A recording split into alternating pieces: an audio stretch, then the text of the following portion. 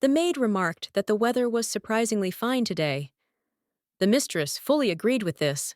The maid asked me to let you know if it suddenly gets cold. The main character's name is Anastasia Sinclair. She is the daughter of Count Sinclair and is considered the first beauty of the entire empire. She came here about a month ago. Who would have thought that one of her favorite books would come to life? But the main problem is that Anastasia is terminally ill. Ironic, because her name means resurrection. In the book, she dies right at the very beginning. After this, he appears only in the protagonist's memories. The maid noted that her bloody cough had become more frequent. Anastasia assured that everything was fine. The maid didn't think so, but the mistress only said that it was time for her to wash. The maid asked to drink the medicine first. Anastasia didn't want to, because it wouldn't help anyway. But at least the pain will become weaker, so the lady is obliged to drink. Anastasia did not understand why she had to torture herself with this poison. After all, the end was already inevitable. The disease is so rare that it doesn't even have a name. In the book, she didn't live to be 18, and she died in the arms of the main character. Their first meeting was at the funeral. It is very symbolic to connect love with death. She didn't care that the end was coming soon, but at least she would have time to live as such a beauty. And the previous body was probably worse than this one, even though they had the same destiny. Most likely, she is no longer there. But Anastasia decided not to think about it and took the medicine. The maid was worried, and the mistress told her to bring the candies faster. The maid said that the bedroom had already been cleaned, and Anastasia thanked her. It was also reported that Mr. Magnus was already on his way. Anastasia asked to say that she was sleeping. The lady immediately started running, and the maids tried to stop her because her hair was not dry yet. Alexander Magnus is a man who is either for everything good or against everything bad. He is the main character of the story, and over time, he will become a real knight. Born to lead people, kind, noble, fair. Even in a fight with the enemy, he never humiliated someone else's honor.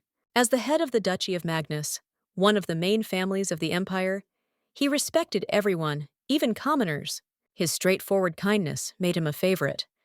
He knocked on the door and asked if the lady was asleep. He glanced at the table and realized that she was bleeding again. His voice was deep, as it should be. Magnus apologized for being abrupt and quickly pulled the blanket off, since she was not sleeping. He was incredibly handsome. Anastasia was taken aback that he just took the blanket from the lady. Magnus chuckled and asked if she was still avoiding his gaze. He thought she was still angry with him about the festival. And he was right. She wanted to go with the servants to watch the fireworks, but he simply wouldn't let her go. Anastasia noticed that he himself knew how little time she had. She appreciates his concern, but she doesn't want to spend the rest of her life in a room. He asked her not to lose hope. Perhaps a cure will be found, but she is sure that there is none in this world. Magnus didn't understand why she was so convinced. It was because she was the only one who suffered from it. And since it hardly hurts, it's time to stop. Magnus asked to keep hope for his family and him. She was bored with this conversation, but she couldn't just drive this good-natured guy away. Anastasia said that she would die anyway, and it was better for him to come to terms with it and not be sad. And then she asked if he had said everything. Magnus apologized and added that the Count had instructed him to take care of her, and until he returns, he is responsible for her. Then she said that he should just protect her on the street. She tried to calm herself down, because he was not her husband. Magnus apologized if he made her angry, but she was weak and might fall now. This argument tired her out, so she asked how about tomorrow. The Duke said with a smile that a short walk would do no harm, and he was glad that she understood him. Anastasia decided something. She will gain strength, and tomorrow she will make him regret this humiliation. The maid said she would take out the trash, but the lady asked her to leave it. The servant was surprised by this, but she would still need this trash. Anastasia greeted Alexander and noticed that she was already feeling better. The Duke was glad that she came to life so quickly. Alexander extended his hand to her, but the lady merely waved it off, saying that she could handle it herself. He couldn't believe that he still disgusted her. As a sign of reconciliation, he apologized, even being happy that they were just walking next to each other. Anastasia suddenly asked if he would help her. Alexander grinned. Only if it does not violate the law. The girl calmly said that she didn't have long left, and she had long since come to terms with this. If so, then at least in the remaining time, she wants to see as much as possible. But he only interferes. Alexander stood his ground. It was for her own safety. Anastasia grabbed his hand, reminding him that since it concerned her, her opinion was also important. If he has even a drop of conscience, he will agree. But he again pretends not to hear. She would never forgive him for this, even after death. The Duke admitted guiltily that he simply wanted the best. He asked if his actions hurt her, and suggested that she be honest with him about what she wanted. Then he swears on his life that he will fulfill her wish. Anastasia's eyes lit up when she heard this. She asked him to visit her daily in his free time. Alexander wondered if she was serious, but the lady only nodded. She noted that he had already done a lot for her, and she appreciated it. The Duke admitted that he always thought she hated him. The heroine remembered that Anastasia in the book had a rather complex character. She was harsh even with her family, and Alexander often got it the hardest. Perhaps even he couldn't take it anymore at some point because it wasn't easy. Alexander sighed, saying that he understood her displeasure, but he couldn't stop worrying. She may not trust him yet, but at least she doesn't despise him, and that's already good news. Anastasia smiled and extended her hand in a sign of reconciliation. He responded to the gesture, and meanwhile, she felt how very nervous she was. After all, she is touching the main character of the book. But she needs to stay calm, because her revenge was just beginning. She looked at him and asked if he saw it. She found a wrapper in her hands, which she immediately threw on the ground. Alexander noticed that she had dropped it and reached out to pick it up. The lady stopped him with her hand and said that it would be better for him to simply forget her. After all, he promised to do anything, which means he shouldn't raise it. The Duke noted that it was forbidden to scatter rubbish in the garden. Anastasia broke the rules, but had no intention of cleaning up. She knew in advance that he would get angry and his obedient nature would take over. Alexander didn't understand why she was doing this. Apparently, it was simply because she was a bad person. She gave him another wrapper and said it was his turn now. The gentleman refused and said he couldn't do it. Anastasia replied that then she would never believe him again. Because he doesn't keep his word, it was so disappointing. Alexander did not understand how she could say that. The lady only added that she did not want to waste time and left. Alexander stopped her, however, promising that he would keep his word. The Duke confidently said that he would leave her and asked her to trust him. He lowered her to the ground and noted that he was able to do it. It was good that he kept his word, but if he comes back for it later, their relationship is over. Alexander must understand this. He was shocked, but agreed. He continued to watch them, looking very cute. Anastasia noted that everything went well and hoped that they would find common ground. When the mistress returned, the maid asked how the walk had gone. The lady said it was refreshing, and Alexander was very nice.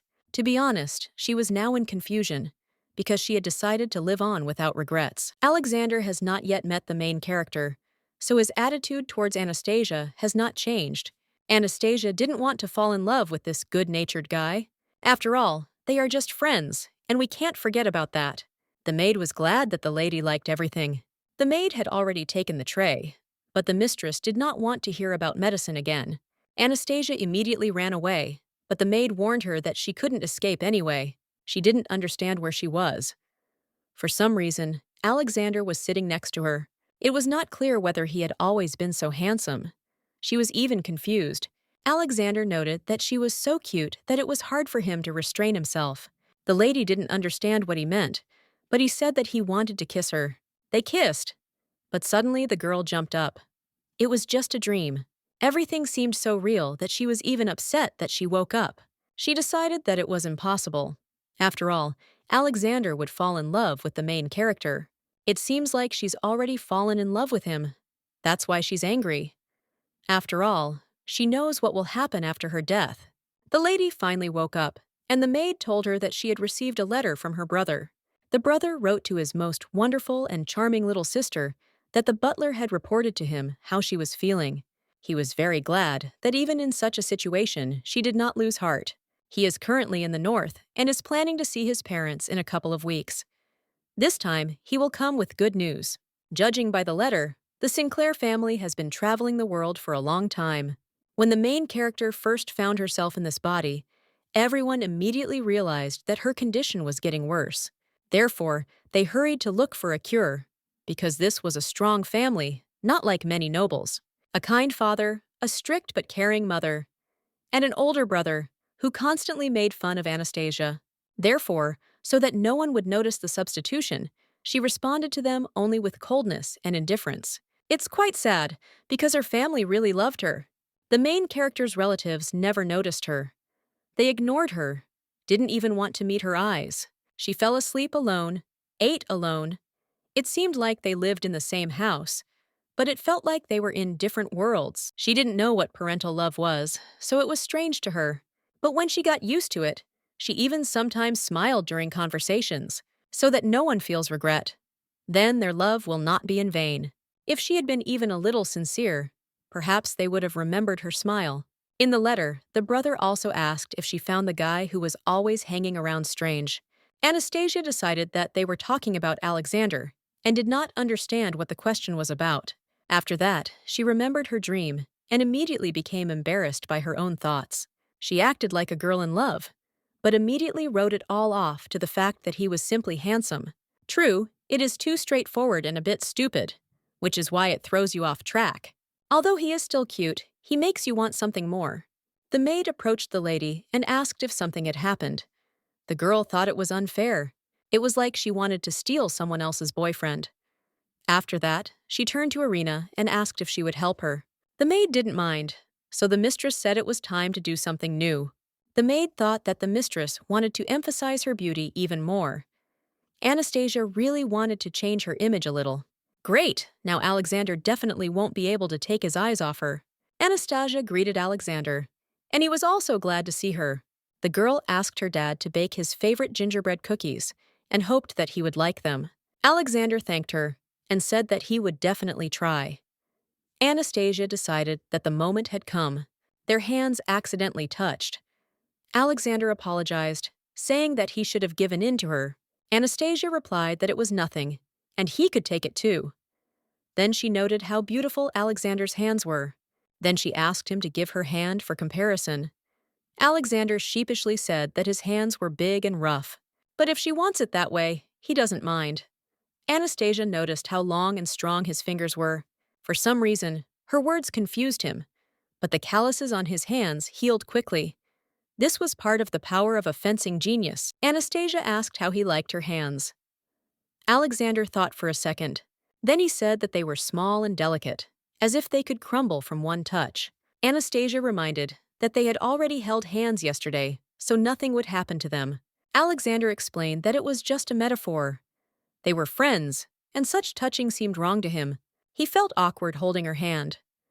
Anastasia asked if he regretted it, because she liked it. Alexander admitted that he felt the same way, and that he was glad that she wasn't angry with him. Others reproach him for his mistakes, but she forgives him and helps him become better. He is grateful to her for this. Angelina decided that he didn't care about her efforts. He wasn't interested at all. Alexander said it was just human solidarity. Anastasia looked at him and said he was driving her crazy. Alexander immediately tensed up and asked if he had said anything unnecessary. He really wanted to understand what was going on and asked her to explain, because he is ready to improve. But Anastasia, looking at him, only wanted to tease him more. Alexander didn't quite understand what she was talking about. And then she came closer and offered to steal some food. He didn't immediately understand what she meant, but Anastasia simply told him to follow her. They got there, and in front of them was a special nut pie that the chef had put his heart into, and they were going to steal it. Alexander was in complete shock and didn't know what to do. They hid under the table while the chef asked in surprise where the pie had gone. After all, he put it there himself. The cook was beside himself. His favorite dessert was gone. These are emotions. Alexander told Anastasia that the boss was very worried. It seems he believed him. The Duke did not understand why she did not want to give the pie, because it was prepared for her. He also noted that if he asked, the boss would probably agree to give it to him. Meanwhile, Anastasia offered him a piece. The chef was lamenting that he could not find his nut pie. Alexander told Anastasia that he was very upset. The girl decided that she had enough, and they would return the rest and run away. Alexander noted that he had never done anything like this before, and asked why all this was happening. Anastasia said with surprise that he still didn't understand.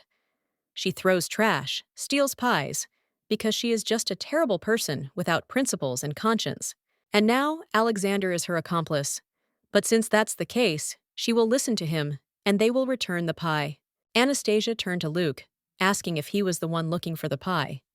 The chef was glad to see her. She said she could take it since she only ate one piece. And then she added that Alexander was so hungry that he stole the pie. The Duke tried to explain that it was a mistake, but the chief was in complete shock. Alexander begged her not to believe her, because it was a lie. Anastasia also pretended to be shocked, and Alexander was horrified that she was setting him up so easily.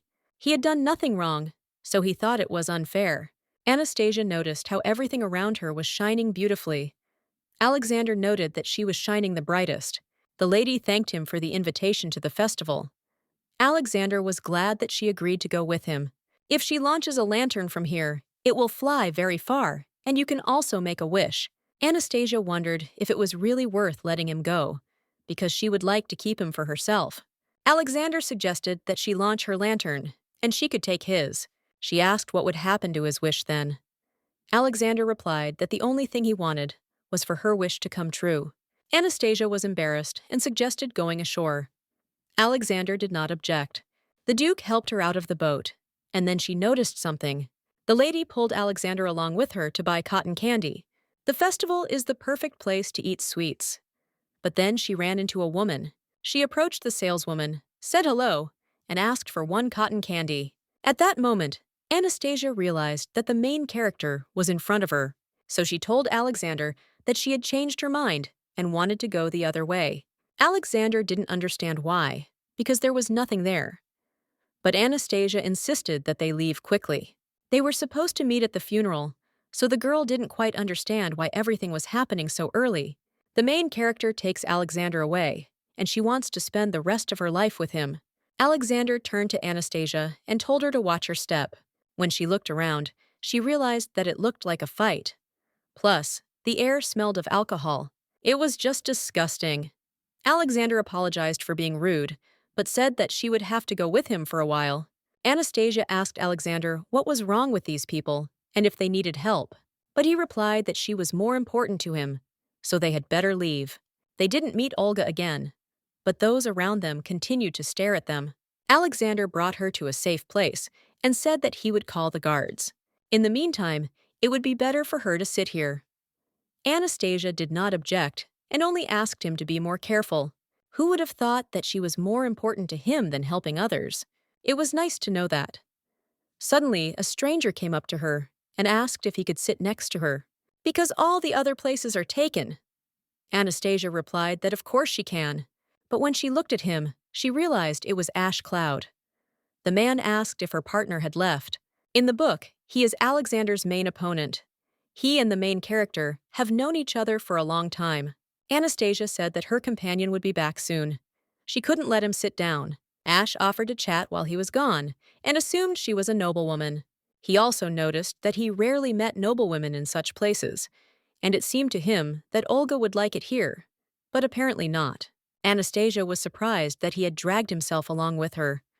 But out of politeness, she asked again if he was alone. He said that he would introduce her now. Anastasia tried to object, but he had already called her. He introduced Olga to Florence. The girl said that she could be called Anastasia. Olga noted that she was pleased to meet him and asked if she was alone there. Anastasia replied that no. Her companion had gone to sort out a fight in the alley. Olga realized that it was probably because of her, because several drunks had also pestered her and did not want to leave. Ash's character is still the same. Olga decided to ask Anastasia if she was an aristocrat. She also added that her partner usually doesn't initiate conversations. Of course, he is the son of a Marquis who can smell aristocrats a mile away. She hopes that they will leave before Alexander returns. But, hearing his voice, I immediately realized that he was already here. She never expected that right now Alexander would decide to return. Ash asked if he was the one accompanying the girl. The gentleman noted that they had not seen each other for a long time. The Marquis added that there were plenty of drunkards here, and it was better not to leave the lady alone. Anastasia realized that he already knew that she was the daughter of Count Sinclair.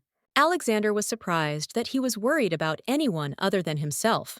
He suggested that Anastasia go somewhere else, which surprised her. She didn't understand why he didn't even look at his betrothed, who was standing next to him.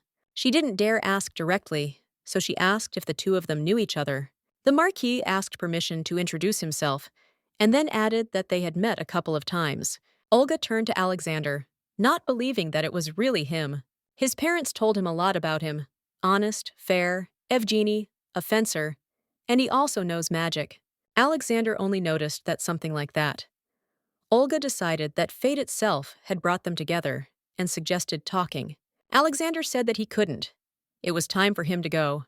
Olga did not back down and asked what about tomorrow. After all, they would be looking for lanterns. At this time, Alexander approached Anastasia and invited her to go. Ash laughed. Their goddess had just been ignored. Anastasia felt something strange, looked at Alexander and noticed that the girl was beautiful, answered indifferently, "Probably." Anastasia was surprised and asked if he felt his heart beating faster. Alexander replied that he only felt this when she involved him in her adventures. But Anastasia was serious and asked if he had fallen in love with her, or at least felt something. Alexander just looked at her calmly, and then he said that he was not so impressionable as to fall in love at first sight. Anastasia didn't understand how this could happen, since Olga was the main character. Alexander noticed that she didn't know him well, and he wouldn't be with someone who saw him as an ideal. It's unpleasant for him. He's an ordinary person. Now Anastasia realized that they were not in a banal romance, and Alexander could also suffer. Everyone sees him as an ideal, but these expectations only put pressure on him. He really is an ordinary person, so Anastasia decided to change the subject and suggested going for cotton candy. Alexander thought that she would start throwing trash around again, but Anastasia pretended not to understand what he was talking about. And then she added that the trash should go in the trash can. The cotton wool has eaten its fill. It's time to go home. A group of people approached them and turned to Alexander, because they thought that he was the one who reported it to the guards. And because of him, everyone was fined. Anastasia didn't want anything bad to happen, but suddenly she started coughing again. Alexander, noticing this, immediately ordered everyone to return. The men did not understand why they had to leave, but Alexander seriously asked them to do so. However, they continued to insist that no one ask them. They came for their money. Who knows what will happen to her if he doesn't pay? So the guy decided to agree and asked how much he owed. The man said 10 gold, and then he added that it was 30 per person. They had already gotten on Anastasia's nerves so much that she was going to throw up. The Duke gave them all the money and told them to leave. When they saw his look, they immediately decided it was time. Alexander supported Anastasia and suggested returning to the estate. Some ladies approached them, joyfully greeting Alexander. A crowd of fans gathered around, not believing that it was really him. But the Duke ordered them to disperse, saying that his friend was ill and they needed to go. One boy said he heard he had found a place to live for Martin's grandmother, so it wouldn't hurt his grandfather either. Another man insisted that with a letter of recommendation, one could easily become a knight. Many considered him a deceiver, but they still asked for help and food. Alexander asked for silence and stated that there would be no help today. The man wondered why this was so, since the Duke had to do what they said. They also told him that he should take a closer look. This girl was clearly whispering something. Many decided that it was her fault that he didn't help. Those were the drunks. Now here they are. Alexander sharply ordered everyone to make way, otherwise they would be in trouble. One grinned and asked what he would do. Would he really start beating up the weak townspeople? The women assured him that he was not like that and would not use force. They all behaved simply inappropriately. It's completely unclear what upset them so much. If he uses force, there will be problems. Anastasia realized that she had to think of something. She attracted attention and announced that she was terminally ill and that the disease was contagious. She doesn't even know what will happen to those who touch her blood. And then she coughed, splashing those around her. People ran away in panic. What if it really was contagious? Some even got it on their faces. They thought she was crazy, but Anastasia didn't think so, because they themselves behaved even worse. Now, in her opinion, it has become much calmer. She turned to Alexander and asked why he froze, since it was time for them to go. Alexander apologized and then hugged her. Anastasia didn't object. In the carriage, she lay on his shoulder and asked if he knew that it was not his fault. Alexander really wanted her to rest a little because her face was very pale.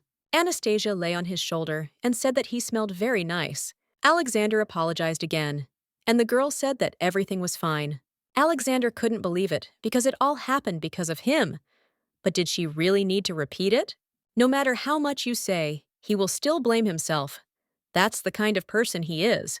The lady turned to Irina and said that she was already feeling better because she had slept well. The maid asked not to lie because the mistress's face was still pale. The maid asked him if he knew how scared she was yesterday, and today she wanted her mistress to stay in bed. Anastasia noticed that the maid spoke like Alexander. Irina asked the lady to lie down again, and she would sing a lullaby in the meantime. Anastasia really didn't want to lie in bed all day. She understood that Alexander wouldn't come anyway, so she became very bored and fell asleep. When she woke up, she assured the maid that she really was feeling better and asked to go for a walk. The maid said that she needed to change her clothes and asked to wait a little. The lady noticed that Irina looked tired and asked if she would go with her, because it would be better for her to stay at home. The maid can't leave Anastasia alone, and the guards have already reported it. Anastasia suggested another maid, but Irina said that everything was fine and she would rest in the fresh air. It's cloudy today, and it's likely to rain in the evening. Anastasia asked the maid if she would like a parfait, since the mistress was treating her. The maid noticed that the mistress simply wanted him herself. Anastasia admitted that it was not without this. Irina is just a servant, so she asked not to worry about her. Anastasia said that she didn't have much time left, and she wanted to be good to those who helped her. Irina didn't understand what she was talking about, because the lady still had a long life ahead of her. Anastasia was surprised and noticed the stone. The boy said that he had accidentally kicked it and apologized. Anastasia realized that this guy was the one who spoke to Alexander that day. Then the lady asked if he understood what he was doing, because not all nobles were as kind as Alexander. The boy asked for forgiveness for once. Anastasia decided that he was just laughing at her. Such people did not deserve her kindness, so she turned away and told the maid that she wanted to leave here. Irina asked where they were going, and Anastasia replied that she needed to meet Alexander. Here is the Duchy of Magnus. It turns out that he lives not so far away. If she introduces herself as Alexander's friend, they should let her in, especially since she won't be there for long. When the guard noticed the carriage, he immediately gave the order to let it through, because it was the carriage of Count Sinclair. Anastasia was amazed. She was let through so easily. He didn't even bother checking the passengers. Not bad, maybe their parents were that close. Alexander was in complete shock when he saw Anastasia. She just said hello. Alexander did not understand at all why she went so far, because she needed to rest. Anastasia went to meet him. The Duke said that she had better go home because she might get worse. Anastasia was against it, and the Duke asked her to leave because he was not ready for her visit. The lady said that she would not leave anyway, because she was unbearably bored. She also decided to ask what about him. The Duke didn't answer, so Anastasia suggested going inside. It was all because she wanted to drink. Alexander didn't mind, even for the Magnus, who are famous for their wealth. This estate was amazing. Such is the power of the Empire's sword. The services looked very good, and the lady thought about teasing Alexander. Anastasia asked if there was tea. The Duke immediately said that she would receive tea in a minute. The lady didn't think he would cook everything himself. Then she asked for some strawberry jam. Alexander added that he brought her favorite chocolate ganache, as well as dark milk chocolate and sweets with almonds. Anastasia didn't understand at all what was wrong with him, because she hadn't warned him about her visit, and she didn't know where all this was coming from. Anastasia said that she doesn't like almonds very much. Alexander immediately promised to remove them. It feels like almonds will never appear in this house again, and are unlikely to appear here at all. Anastasia decided to ask what he had been doing before she arrived. Alexander said he was just training. Because of this, the lady began to worry that she had distracted him. Alexander replied that he would not do that under any circumstances, but he was thinking about something. Alexander turned to her and asked her not to consider it rude, but he noticed that she had lost a little weight. He actually advises her to go home. Anastasia was shocked that he didn't like her company. Alexander assured her that this was not true, but if something happened to her because of him, He did not know how he would react to it. He was still upset about that incident. Then the lady said that if she had tired him out, she would go. She will sit for a while and leave, and he will be able to do his own thing. It seemed like nothing special, but she still felt uncomfortable here. The lady was so tired that she accidentally fell asleep and then immediately woke up. There seemed to be nothing in the grass, so everything was fine. Alexander was surprised that she had already woken up. He was just thinking about taking her to bed. Anastasia asked why he didn't wake her up. The gentleman said that she was simply fast asleep. Anastasia noticed something. She decided to take a look at what the gentleman was doing, and when she saw it, she was in complete shock. Anastasia never suspected that he could draw. She saw herself in the painting. Alexander immediately became embarrassed and began to make excuses, saying that he didn't mean to. The girl immediately asked him to draw her nose higher. He was surprised, and she noticed that her nose was indeed higher. When he corrected it, Anastasia was very happy and said that she was beautiful even on paper.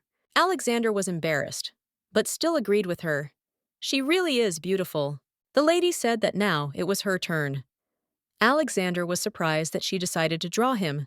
She noticed that he did it very well and wanted to try it too. When the Duke looked at the painting, he said that it was definitely him. Anastasia shouted that he was a complete fool because this was not like him. The Duke said he liked it and asked her to give him the drawing. Anastasia was shocked and realized that he would definitely keep this drawing, and this drawing would be the only reminder of her. So she decided that she would never give it to him. The maid came and said that the master wanted to talk to the lady. Anastasia was surprised and asked again.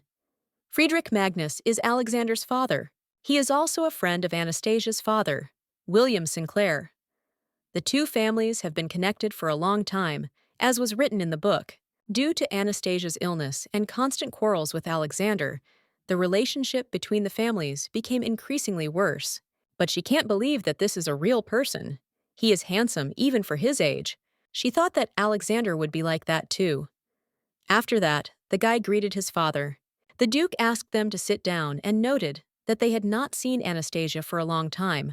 He also said that the girl had lost a lot of weight and apologized for not visiting her more often.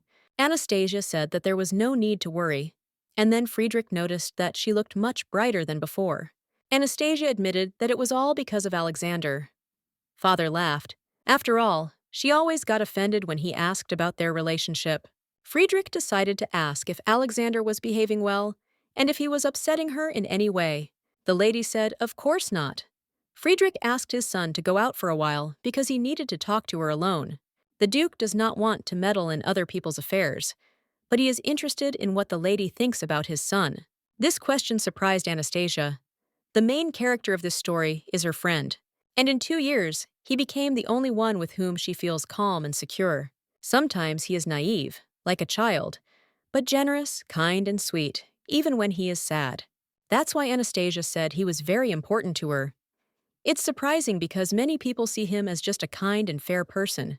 The gentleman asked if he could help with anything. When Alexander was little, his father did not knock, but simply came into his room while he was sleeping. Then Alexander would suddenly wake up and start acting as if he was being attacked. The boy threatened to kill them all. Alexander is clearly different from other people. Friedrich cannot tell Anastasia the whole truth, but he said that there is nothing human in his son. He learns quickly, and he only became kind and calm after they managed to instill such behavior in him. Their family went through many hardships to ensure that their son became a good person, but the father lost all confidence when Penelope died. His thoughts are difficult to understand. For now, they can contain the situation. Anastasia asked in horror if Alexander could do something. Friedrich noted that this was not out of the question, and that it was simply a warning for her to be prepared. Anastasia could not understand why her father spoke like that about Alexander. In the book, he was described as a rather careless person, and that was exactly how she saw him. If you look at it objectively, he is smart, kind, and quick-witted. He has his father's character. He has almost no weaknesses. Even after a week without food, he will give his bread to his neighbor, because he was taught to do so.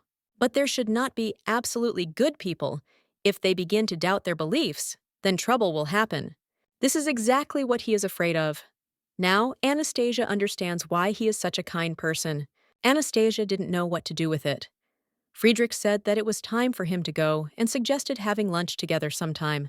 He also wished her a speedy recovery. Anastasia decided to ask if he was worried about her or Alexander. The gentleman said that of course he was worried about her. William's daughter was his daughter. He also asked if she remembered how he asked her not to come to their estate. She doesn't even know how unpleasant it was to hear that. He was ready even if William beat him with his boot. Anastasia apologized, and the gentleman said that he was still glad that she and Alexander had made peace. Friedrich promised to try to visit her more often. Anastasia said that it was not worth it, but the Duke noticed that he was, after all, her godfather, and that he had a suitable tea set. He is dear even to their family, but he spares nothing for her. Anastasia realized that this was probably the lost national treasure of the empire. The gentleman promised to prepare more gifts. He has good honey, so she doesn't need to worry. Anastasia asked him not to overdo it. When Alexander entered, he noticed that they had been talking for a long time, and so he wondered if everything was okay. Anastasia noticed that the Duke was very kind. Alexander noted that this was good, because many people did not like him. One Marquis even spat on their fence when he passed by.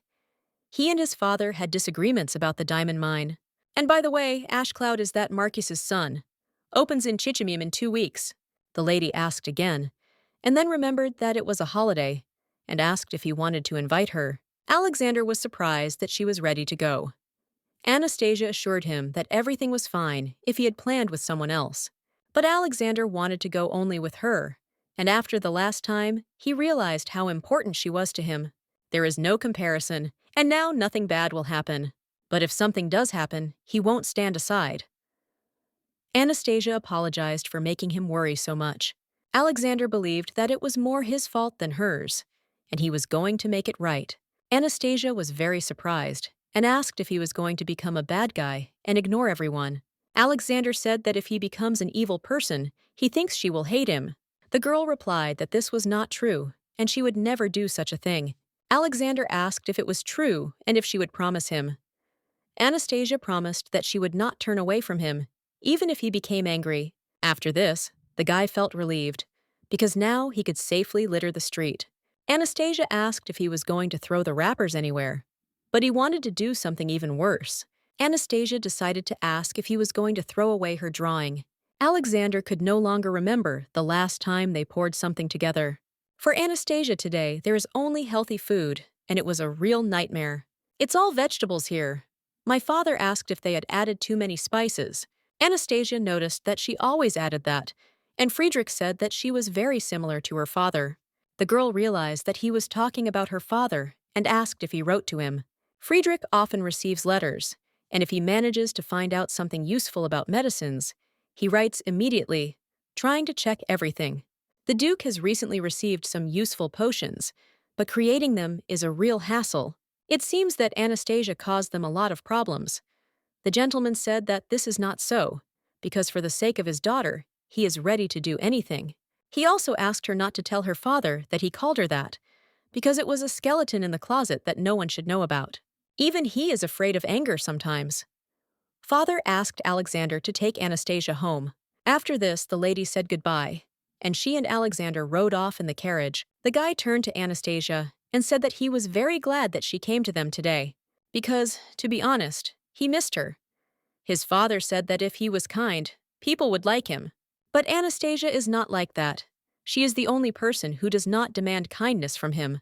Anastasia admitted that she knew that the Duke had taught Alexander this, but she was curious about what he really felt and thought. Anastasia decided to ask if he liked helping people immediately when they asked.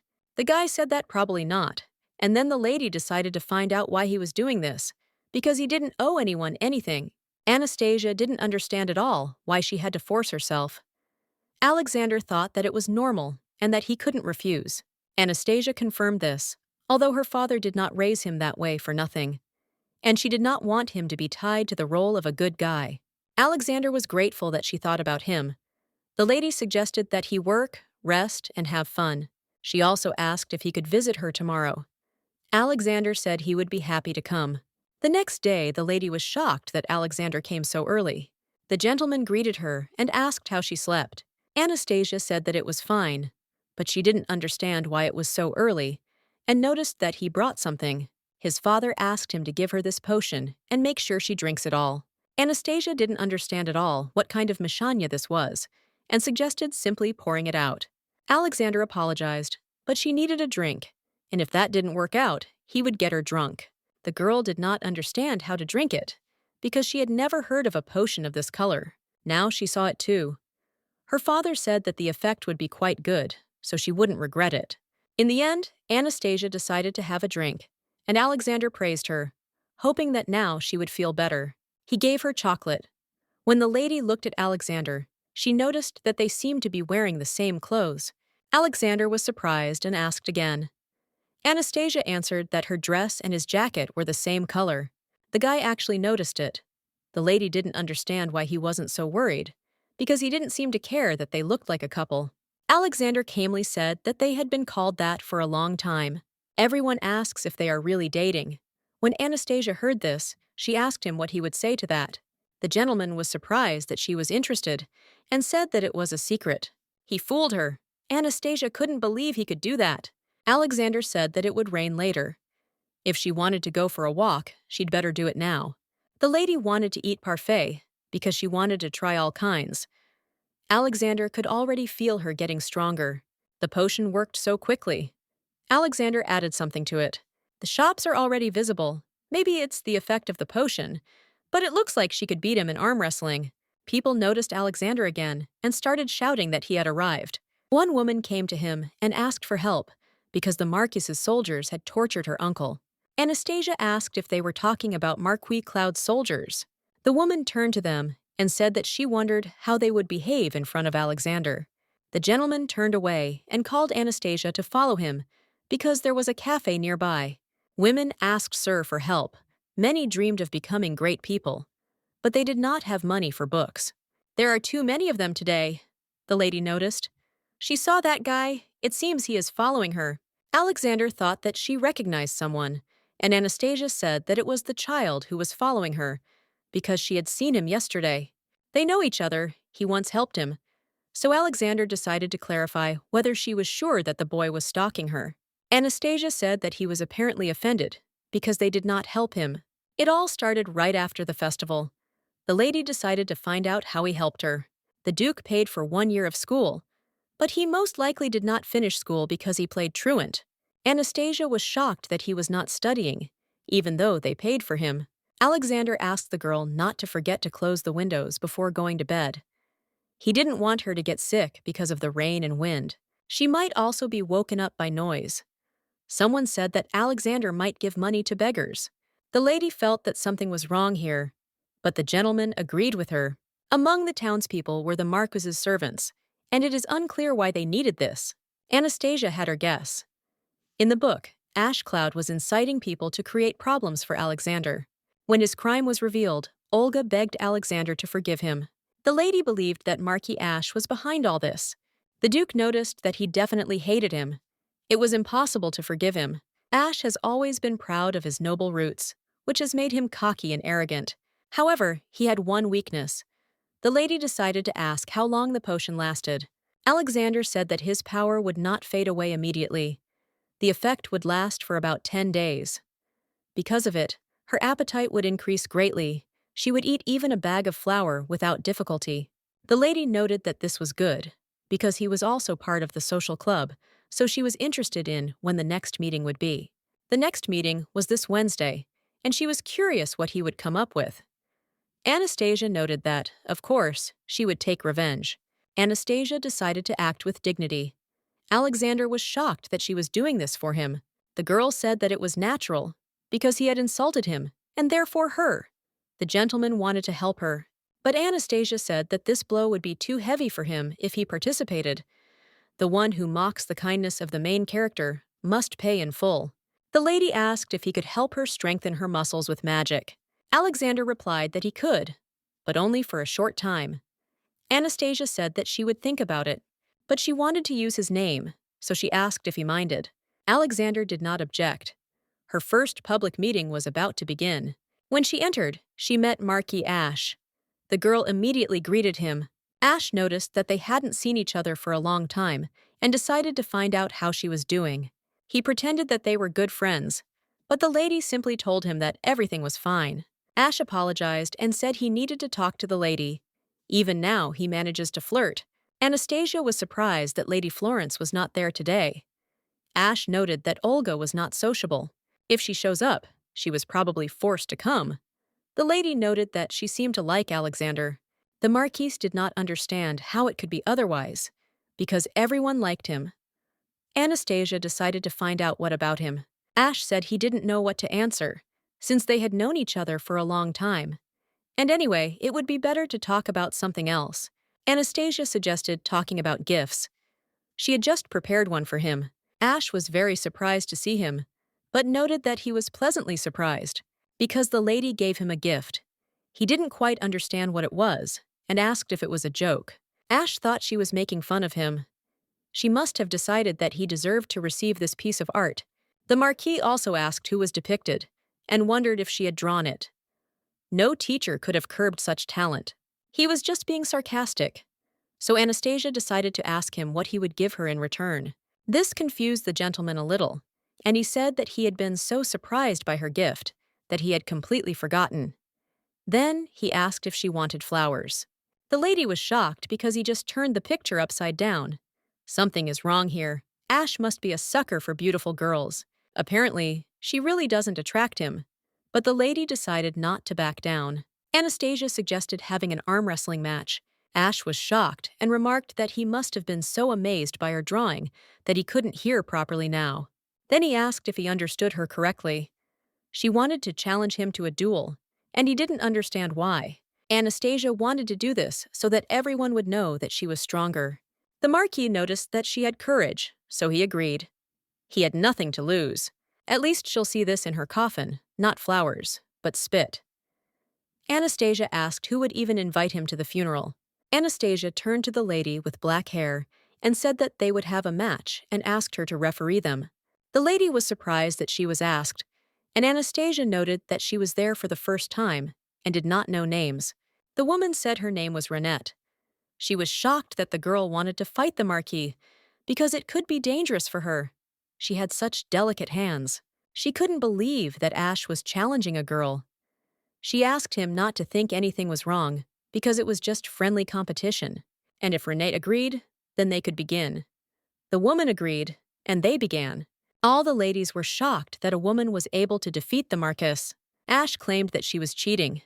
Anastasia was surprised and asked what he was talking about. Ash said that Magnus probably used magic on her.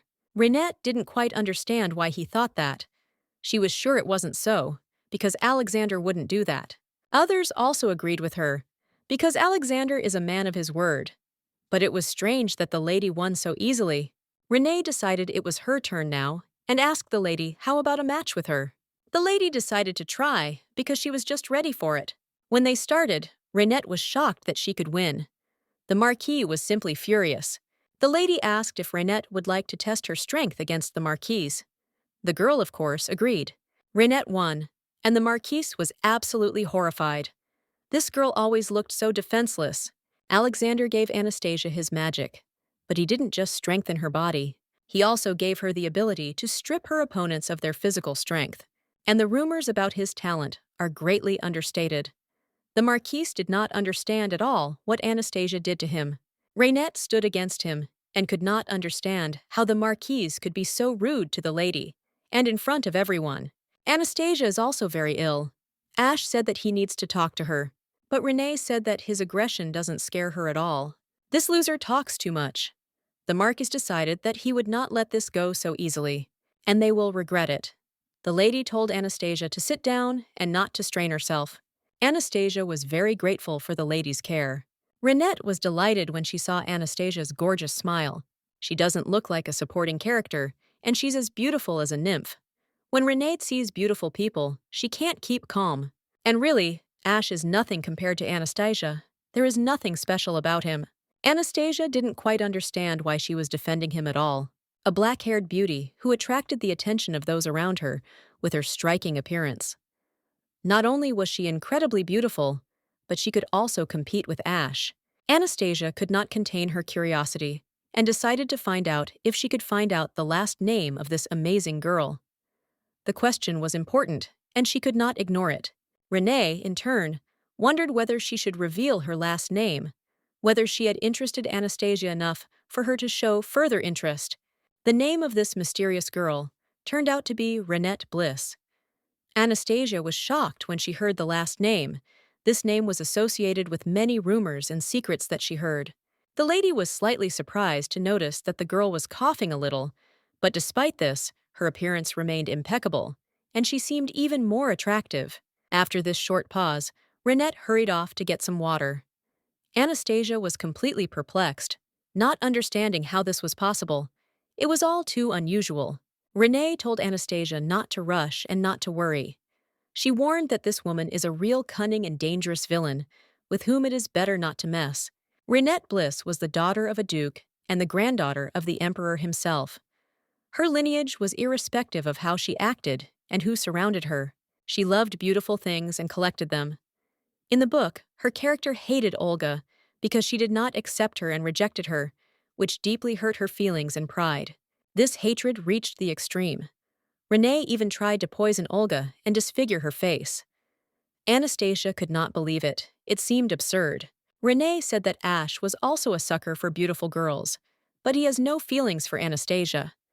Perhaps he is simply afraid of Alexander's wrath, which complicates everything. Anastasia was shocked, but the lady reassured her, saying it was okay and suggested she forget about it. She had already seen enough of Anastasia, so it didn't matter. It was too dangerous to stay in this place, so Anastasia decided that she should leave, as she felt that it was no longer safe for her to stay here. The ladies did not object to the mistress staying, but Anastasia understood that she had to leave as quickly as possible. Everything that was happening here was becoming too risky, but at that moment, the lady called her, and when Anastasia turned around, she saw Renette there, which confused her even more and made her think about what was happening. Renette stated that she had a gift for her mistress, a hairpin, which she wanted to give as a sign of friendship and respect, hoping that it would make their relationship closer. Anastasia understood that she didn't care whether she took the gift or not, so she decided to offer something of her own in return, so as not to leave the gesture unnoticed. Anastasia offered to draw a portrait of Renette and demonstrated her drawing skills, showing that her mastery is quite worthy of admiration. Renette, looking at the work, asked if Anastasia knew what she absolutely hated, immediately expressing doubt in her artistic approach and aesthetics. Everything she didn't like was something disgusting, dirty, sloppy, or stupid. Anything that violated her ideals of beauty and harmony could not please her. But for some reason, despite her strict principles, when she looked at Anastasia, her anger began to slowly subside, as if there was something special about her. Renette knew that the Count's daughter was a real beauty, and she was very sorry that they met only now, feeling that she could have communicated with her much earlier. For her sake, despite her strict principles, Renette was ready to break her foundations. Anastasia could charm anyone, but death did not bother Renette in this situation. Renette wanted to add Anastasia to her collection. She planned to take her to the basement to enjoy her presence for the rest of her life as a collectible treasure. Anastasia tried to warn her that Renette was going too far in her intentions, but she backed down and apologized, realizing that she had frightened her with her behavior. Anastasia asked Renette to leave, and she readily agreed. After some thought, she decided to try drawing a self-portrait to keep herself busy. Renette asked when she could come pose, suggesting midnight. Anastasia replied that if everything was okay, she would draw her and bring the result in person. Renette said she was looking forward to meeting her. Anastasia only hoped that the woman would not decide to kill her, because her intentions were far from clear.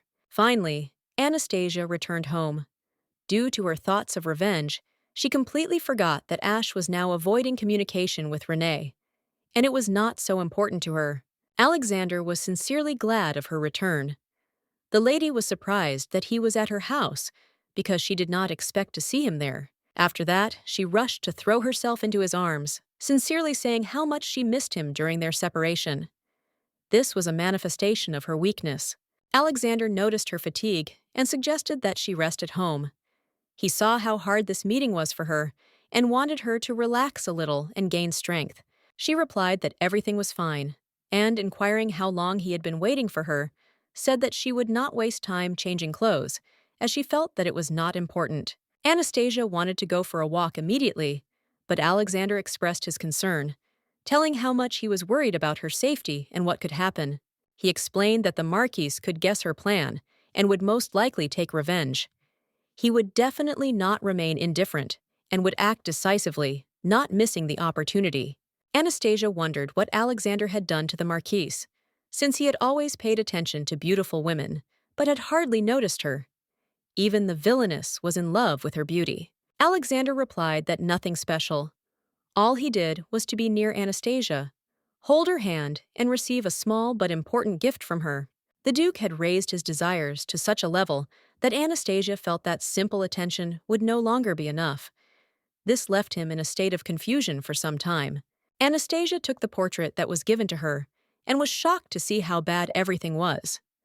Alexander asked her how she rated her first meeting with the nobles, because it was important. She said that the meeting went wonderfully. Everyone was very kind to her, especially Renette Bliss, who showed extraordinary attention and kindness to Anastasia. Alexander admitted that he and Anastasia had met several times already. She bought an albino gazelle, the same one he had shot while hunting a couple of weeks ago. Anastasia wasn't sure if she should be happy that she was the only one who got caught. Alexander simply said that he was glad that she liked everything and that everything had finally come to an end. He asked her to tell him how it all happened. Anastasia thought that he could have seen everything that was happening with the help of magic, but she still began to recount the events. Alexander confirmed that he had indeed seen everything, but he was interested in hearing her story. He suggested that they simply take a walk while they discussed what had happened. There was no sign of that guy today. Anastasia thought that he probably realized that there was no point in continuing and decided to give up without waiting for events. There had been a recent downpour, and Anastasia wondered if he had fallen into a ditch and drowned. It could have all ended so quickly, and she would never have known what had happened to him. Anastasia was shocked by Alexander's words, and she said that it scared her. She hoped that the guy was alive and okay, but she felt that this was not the case. She noticed that Alexander had a strange sense of humor. Suddenly, something caught her attention, and she asked him to look in that direction, hoping that he would notice. There were many small, beautiful roses growing there. The seller, seeing their gaze, immediately greeted them, as if he knew that they were supposed to see this particular corner of the street. Anastasia decided to ask him what these roses were called. The seller, seeing her, did not immediately understand the question, since she was such a beauty. The lady thought he was overreacting. Then she said she would buy all those flowers. She also asked if they could bring the flowers to Sinclair County. The seller promised to put his heart into them. The lady suggested that Alexander leave, but looking at his face, she could not understand what had happened. Alexander said that she smiles very beautifully at those around her.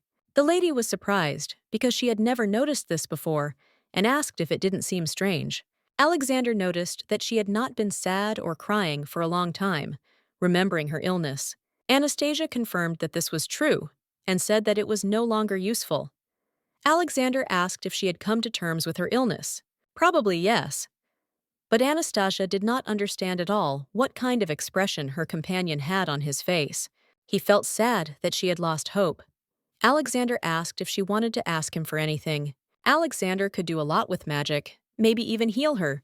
Anastasia asked him to tell her more such nonsense. Magic is not omnipotent, especially when it comes to changing the fate of a person who is close to death. Such treatment will cost not only money, but in the end, there will always be horror and disaster. Anastasia said that it would cost him his life, and she did not agree to pay such a price. Alexander replied that if this is not his life, then it could be something else. Anastasia still doesn't agree. Now she wants to ask a question. Anastasia decided to find out if he understood the consequences of what he was saying. Alexander admitted that he didn't quite. The girl asked him to just not blame himself for what happened. It wasn't because of him that she got sick. It was just fate, so he shouldn't interfere. Anastasia felt good with Alexander. It was fun, even if they just sat in silence. She asked if he thought the same, and it was completely unclear why she put his feelings above her own. Alexander himself did not understand. Everyone he had met before considered him the kindest and most honest person. But not Anastasia. Alexander understood what she was thinking and what she wanted. The girl said that she wanted him to rejoice with her. But he did not understand this. The Duke could not understand why the lady thought of him this way, because in her situation, it would be logical to be selfish. Anastasia asked him to listen to her, because she was tired of repeating the same thing. If he starts talking about it again, he won't talk to her anymore. Alexander froze, and the lady insisted that he answer. In the end, he agreed. This guy is really stubborn. Anastasia suggested changing the subject and talking about something else. I wonder if he's worried about her. And so it was. Anastasia thought that he wished her many years. When the girl looked at him, she couldn't help but think that he was very cute. The lady asked him to bend over and then kissed him. Anastasia thanked him for his concern, but said that she was fine. She couldn't judge the past, but now they were connected to the end, and added that the Marquis would soon want to spit on everything. The Duke remarked that no one could know, since he might not live to see her funeral. He turned to Anastasia and said that she might still regret her decision, but he will still take care of her, so he asks her not to hate him. Anastasia felt very awkward.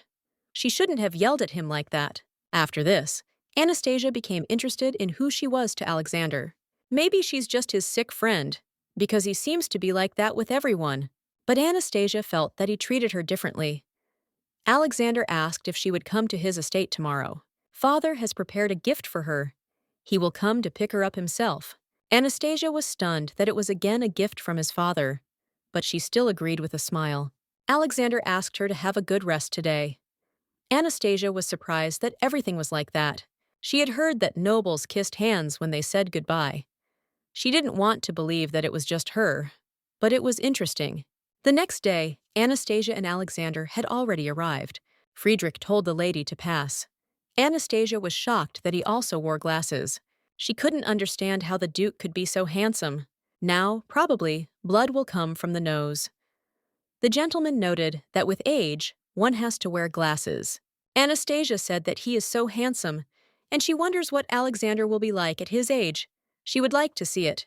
He will definitely become more attractive with age. But Anastasia noticed a strange atmosphere between them. She suddenly remembered that she was terminally ill and said it out loud. The lady replied that she was probably joking and suggested forgetting about it. Just a joke. Alexander told his father that maybe they should go inside already. They arrived, and Anastasia was in complete shock when she saw the room. There were so many dresses, probably 100, maybe 2. She never had so many. Friedrich said that there would soon be a celebration for the noble youth, and he had prepared the very best. Anastasia decided to ask how many of them there were. The gentleman didn't even know what to answer, because he just bought the whole store. The girl was surprised how he spoke so calmly, as if it was not something important. Everything looked so expensive. The Duke smiled and added that they also bought jewelry. The Duke actually bought more than one store. Anastasia couldn't understand what he was doing. The lady turned to him and said that no matter how rich he was, he shouldn't spend so much, because next time she will definitely refuse. The gentleman was a little upset, but asked her not to worry. This is the least he can do for her. Relics of antiquity, weapons of the sun god, even the empire's vast wealth, which could have saved many lives. They found so much, but there was no cure for her, and that was incomprehensible. Anastasia had already said that she had a rare disease.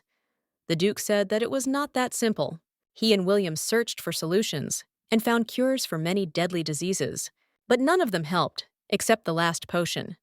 Anastasia asked if he was talking about something scary and black. Yes, that's right, but even that would only slow down the process. If she knew what it was made of, Anastasia said it was better not to know. Alexander said he had put something special. The Duke interrupted the conversation, offering to choose a dress. Gabriella would help. They left, leaving the mistress with 3 maids. Lady Gabriella introduced herself and offered to help her choose the best dress. She thought that the lady would go to Chichim. Anastasia thought that this holiday was very close. Chichim is an ancient story from the far west, a story about a monster that mercilessly devours people. And the ritual in which this creature is created by fire can only be attended by nobles under 18 years of age. For Chichim, and the participants perform ritual dances with the victims. At the end, the monster is captured and burned. In the book, everything was described quite cruelly. The girl wouldn't even want to be there. But this holiday is still very popular. The main character regretted not participating. Meanwhile, Gabriella suggested trying on a glossy dress. Anastasia's snow-white skin is ideal for a light yellowish tint. The dress is beltless and simplified for comfort, with diamonds and rubies accentuating the right places. Anastasia decided to find out if Alexander had chosen his costume. The maid replied that she had not. And then she remembered how they were dressed, as if they were in pairs. She wondered if he would want to be dressed like that again. But the maid overheard. The maid said that she would immediately ask the young master's opinion. Anastasia asked to wait, because she was not sure whether he would like such an idea. Of course he likes it, because he loves paired outfits.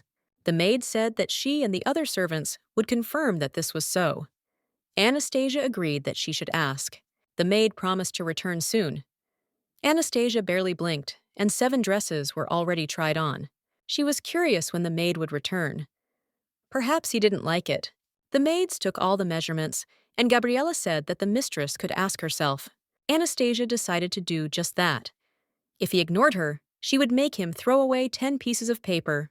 The Duke seemed to say they'd be downstairs. I wonder why the estate is so empty. There was no one at all, but after searching, the lady finally found them. Alexander spoke with his father. Friedrich said that he would ask him directly why he cared so much about Anastasia. The girl didn't quite understand what they were talking about. Alexander replied that being in the best light was what his father taught him, and he doesn't understand why his father thinks he has ulterior motives when he's just taking care of a sick person. Anastasia was wondering whether she should just leave or tell them something about herself. All this time, Alexander was very kind. The father says this because he trusts him. Anastasia is his friend's daughter, and he hopes that his son will not hurt her. Alexander then decided to ask how his father wanted him to behave. Friedrich said that he himself knew what he wanted from him. Alexander understood that his father wanted him to simply continue to endure all this, and he continued to take care of her until her death. Friedrich noted that he was exaggerating a little. Once he wanted his son to be with Anastasia. He thought that she would be in a better position with Alexander, unlike other unreliable guys. But now his opinion has changed. If Alexander can't stand calmly around her, he shouldn't go near her at all. The son said that his father was speaking too harshly, and he never let him do what he wanted, and now he asks him to give up. Just because he thinks his feelings are fake, Alexander was shocked to hear that he can't have real feelings, and you said that he just needs to follow the instructions of his elders, and he will endure it. Anastasia thought that Alexander would definitely go down now. She didn't understand what to do because she didn't have the strength to leave here. Suddenly, Alexander turned to her, and she turned to him with difficulty. She apologized. It wasn't that she was eavesdropping, she just happened to be nearby. Alexander asked if she had found a dress she liked. Anastasia was surprised. She always thought she knew Alexander well. Of course, she already knew what that novel was about, and about what happened between Alexander and Olga. She thought that he would be the way she imagined him, but she had to meet a completely new person. And she missed one important detail. All the events of the novel revolve around Olga, and Alexander's inner world is not described at all. As a reader, she could not see the situation any other way than through Olga's prism. In fact, the main character didn't know anything about him. The guy said that his father wanted to have lunch with her. He was so kind and friendly, but Anastasia still couldn't shake the feeling that something was wrong. So she decided to ask him why he was pretending that nothing had happened. Anastasia accidentally overheard the conversation with the Duke. Alexander was not very angry about it. He asked her to try to forget his words. Anastasia was in complete shock because she heard everything, and if his feelings are real, it could be dangerous. Alexander wanted her to just forget about it. He was like everyone else, just helping her out of the kindness of his heart. As before, he would continue to help, and she could enjoy it, even if their relationship was not close. Everything seemed stable, but the lady believed that this was a lie. He also said that he hated helping people and putting himself in second place. Alexander asked again to forget these words. The girl insisted that she could not do that. After that, the gentleman said that they should stay away from each other. Anastasia didn't want this at all. but he noticed that she needed to live a happy life. She had better let him go, otherwise her father's fears might come true. There was sense in his words, but she didn't want Alexander to hate her. He said she would have to. After all, Anastasia had feelings too, and she didn't think his feelings for her were a lie. He claimed she was wrong. Anastasia asked if she was special to him. He said he enjoyed her beauty, walked with her, held her hand. And now he says he felt nothing. The way he worried about her couldn't be a lie. Everything he said when they parted couldn't be a lie either. Alexander replied that it was a lie and apologized for taking advantage of her naivety. He used to worry that he wouldn't be able to survive her death, and now he says she's not important to him. If he knew how much she loved him, he wouldn't have pushed her away. It's strange, but not offensive. Now he will never show her his feelings again. Maybe this is her last chance, the last opportunity to tell him how she feels. And Anastasia said that she loved him. She hesitated for a long time. She wanted him to look at her as something special. She loved waiting for him, seeing his smile, even just being around him. The way he listened to her attentively when she said stupid things, and then looking at his embarrassed face when she was talking nonsense. All this brought her real happiness. Anastasia couldn't even count how much trouble she caused him. She was the only one who expected something more, so she was grateful to him, even if it was all a lie. But her feelings are real, and she's sorry it's over. She can't make him love her anymore, and she doesn't want to be a burden to him. Anastasia regrets that she did not become a good friend to him, and is grateful for all the time spent with him, after which she needs to go. If she could have lived longer, she would not have given up so easily. If he wants to get out of here, he must take his words as law. Otherwise, his father would kill him, he would not spare him. This was Friedrich's decision, and he tried to re-educate his child. After much effort, he was eventually forced to learn etiquette, moral principles, and good intentions. He was brought up as a reasonable person. Alexander, as his father wanted him to be, never made a mistake. A month ago, she had already heard all the words that were spoken in this place. Maybe hearing more would finally push her away from him. So Alexander decided to try to provoke his father. Anastasia was not an important person for him, but with each passing day, he thought more and more about her. So he has to give her a chance to get out, even if it hurts. For the first time in her life, someone confessed their feelings to him. She felt so good just being near him. He had always been taught to feel anger and resentment towards someone who had betrayed him, so he thought she would be resentful towards him, but she felt only regret. She said she didn't want him to force himself to communicate with her, but he has his own will. Alexander must stay away from Anastasia on his father's orders, or show her your true feelings. The way she rejoiced or grumbled over little things, jumping from one topic to another. She was the one who made him smile. When I talked about my own death, I didn't even cry.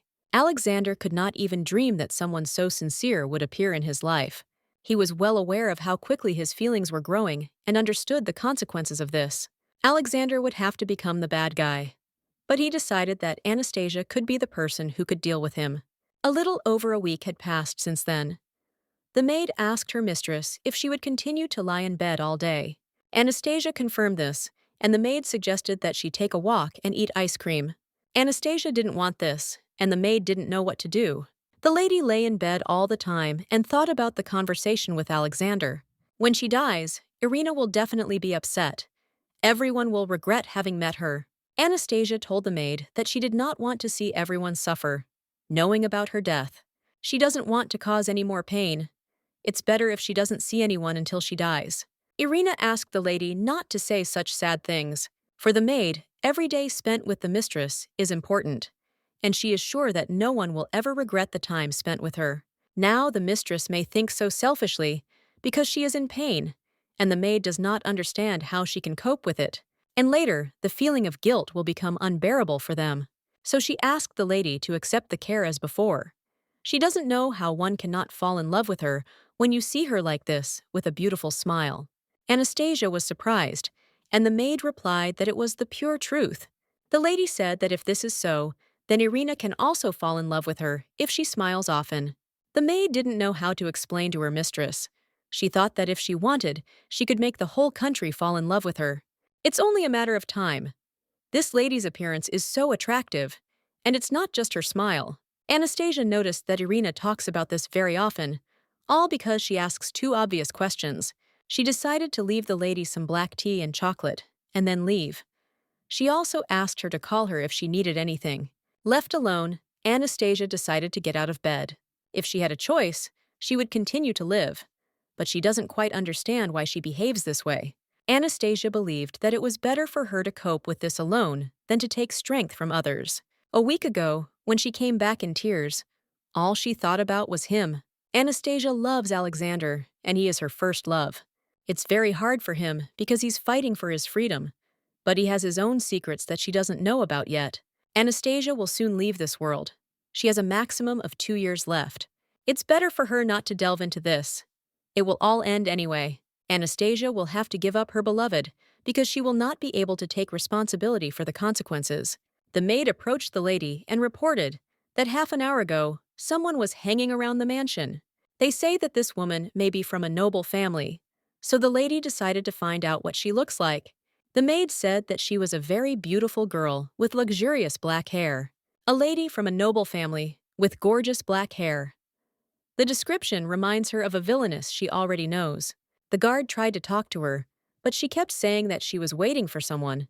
Anastasia said that she needed to go out urgently. The maid was surprised that her mistress knew her. Of course she knows her, but it's not clear why she came here, and at such a time. Anastasia didn't understand at all why all this. Anastasia was absolutely sure that she had been told that the villain was here. Finally, she found her and called her. The lady was glad to meet her, but Anastasia didn't quite understand what brought her here. Renette just decided to take a walk. Anastasia didn't believe it, because it took almost an hour to get here. The girl noted that her legs were so strong that they needed an easy walk, so she came here. Renette suddenly felt pain in her legs, so she asked her mistress for permission to rest for a while. Anastasia was shocked, because she had just said that her legs were strong. Everything looked strange. Renette turned to Anastasia and asked if she was bored of being so meticulous. The girl laughed and agreed to let Renette come into the house. She didn't know what she would do if she sent her away. Renette was sure that the meeting with her was not a dream. Anastasia's beauty simply drives her crazy. She is real. Anastasia was not at all happy about such compliments. Renette thanked for the hospitality, but for some reason looked sullen. The lady could not believe that she had upset Anastasia in any way. She said it was nice that Renette was worried about her, but everything was actually fine. The girl noted that everyone already knew that she had been hanging out with Duke Magnus, but rumors are that neither she nor he left the house together. Anastasia may not answer her questions, but she just likes Renette's face, and she is not going to interfere in her personal life. Renette didn't care what happened between them. Maybe they had a fight or something else. It didn't concern her. She added that she was pretty, and it seemed she had hit the mark. The girl's reaction made everything clear. Cheecham holiday starts tomorrow. The lady was surprised that Anastasia was going to go. She herself was thinking of staying at home. Anastasia honestly admitted that she thought she and Alexander would go together. Renette noticed that they had promised each other to come to the party together. This made Anastasia angry, and she asked how she knew about this. Alexander always keeps his promises. Renette just thought that Anastasia should know about it. After these words, the girl handed her an envelope, and Anastasia did not quite understand what it was. It was a letter from Alexander, in which he said that if she still wanted to go with him to the party, he would pick her up tomorrow. Renette explained that Alexander himself came to her and asked her to deliver the letter, so Anastasia was probably glad that she did it. Anastasia, out of joy, called Renette little sister. She immediately jumped up and asked to repeat. The girl said that her heart almost jumped out of her chest. She was so pleasantly surprised that her head was spinning. Renette asked that Anastasia always call her that. It wasn't hard for Anastasia. Well, they're not that close to call each other that, but why not? Now they can share their most intimate things with each other. Renette decided to start and said that she liked Anastasia's face so much. When Anastasia dies, she will definitely open the coffin to admire her face. Renette admitted that she only likes beautiful people. She added that, of course, she herself was also good-looking, and if she had not been so strict, she would have definitely set her sights on Alexander. But he broke her heart, he was too correct. And then she met Anastasia. The girl noticed that Anastasia's hair had fallen onto the sofa and asked her to take it for herself. The lady said she was interested in something, and Renette immediately suggested asking. Anastasia wanted to ask what Renette thought about Alexander himself. He was an aristocrat, from a good family, all noble and without unnecessary flaws. It was difficult to get close to him. He treated people equally, which meant that everyone was equally important to him, and no one was special. Anastasia smiled, noticing that she had described his character exactly. However, Renette noticed that he treated Anastasia differently. When other girls started asking about him, he said that he had a loved one and named Anastasia. The lady said that this could not be, because her father was a close friend of the family, Alexander, and he was simply kind to her. Renette couldn't understand why she couldn't get the hint. It all became clear when they started talking about him. Anastasia tried to calm her anxious heart. Renette noticed that she had come up with a great plan. Anastasia became curious. Tomorrow, when they meet, Anastasia should ask what he thinks about her. And she shouldn't worry if he's a man of few words. She's done her job, and now it's time for Renette to go. The girl said goodbye to Anastasia, calling her beautiful. She also added that a black dress would suit Anastasia very well. Anastasia thought that these were probably Alexander's words, but it turned out that this was not so. This was just Renette's opinion. Anastasia also noticed that she probably should go now. Both of Anastasia's dresses looked light and comfortable. In blue, she will look more feminine, and in black, more mature. The maid asked the mistress if she had decided on the dress. The mistress was silent, and then she said that she would choose black. She hoped that her sister would be pleased. Maybe she should have chosen a different dress after all. Suddenly, the maid called her mistress.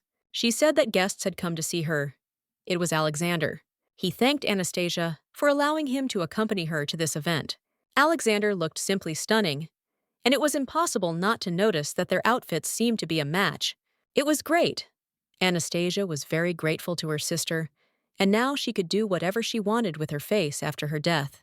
Anastasia decided to find out if everything was okay with the gentleman. Alexander said yes with a smile and thanked her for her concern. The lady noted that he didn't have to come, but the guy replied that she had said she wanted to go to the party. If Alexander was around, she would be able to spend time safely. He was too kind as always. She couldn't believe that all of this was actually a lie. Alexander noticed that she looked upset. The lady said she was fine and was ready to go right away. Either way, he went all this way to keep his promise, and she should be more cheerful. Alexander didn't know how noisy this holiday would be. He said that there would be no adult aristocrats there, and in fact, this was even wrong for such a celebration, because quarrels could arise. Anastasia did not listen to him and suddenly turned to him. Alexander was glad to answer. Then she said that they were sitting too close. She found it hard to believe that they were so close. Alexander suggested that if she was uncomfortable, she could move, but that was not what Anastasia was talking about. She saw her reflection in his bright eyes and realized that she had never been so close to him. She couldn't believe it, but maybe it was true. Anastasia said that everything was fine. Alexander smiled and accepted it. She used to be comfortable around him, but now she was all on edge. Alexander was still kind and attentive, but something in his behavior had changed. Perhaps Anastasia imagined too much. Alexander clearly showed that she meant nothing to him, and now they are sitting so close, and it seems that he does not mind touching her. Anastasia has never experienced such feelings. Now she knew what this moment was. She didn't expect it to be so noisy, and she didn't understand why everyone was looking at her like that. It embarrassed her a little. One guy was surprised that she could talk, that maybe she really was a person and not a doll. Anastasia heard everything. Alexander asked if everything was okay, because her face had become very pale. She was just nervous. She hadn't been in such a noisy place for a long time. Anastasia couldn't understand why even Ash and Renette were looking at her like that. Cheechim through the window. Alexander turned to her and asked if they would like to go out onto the terrace.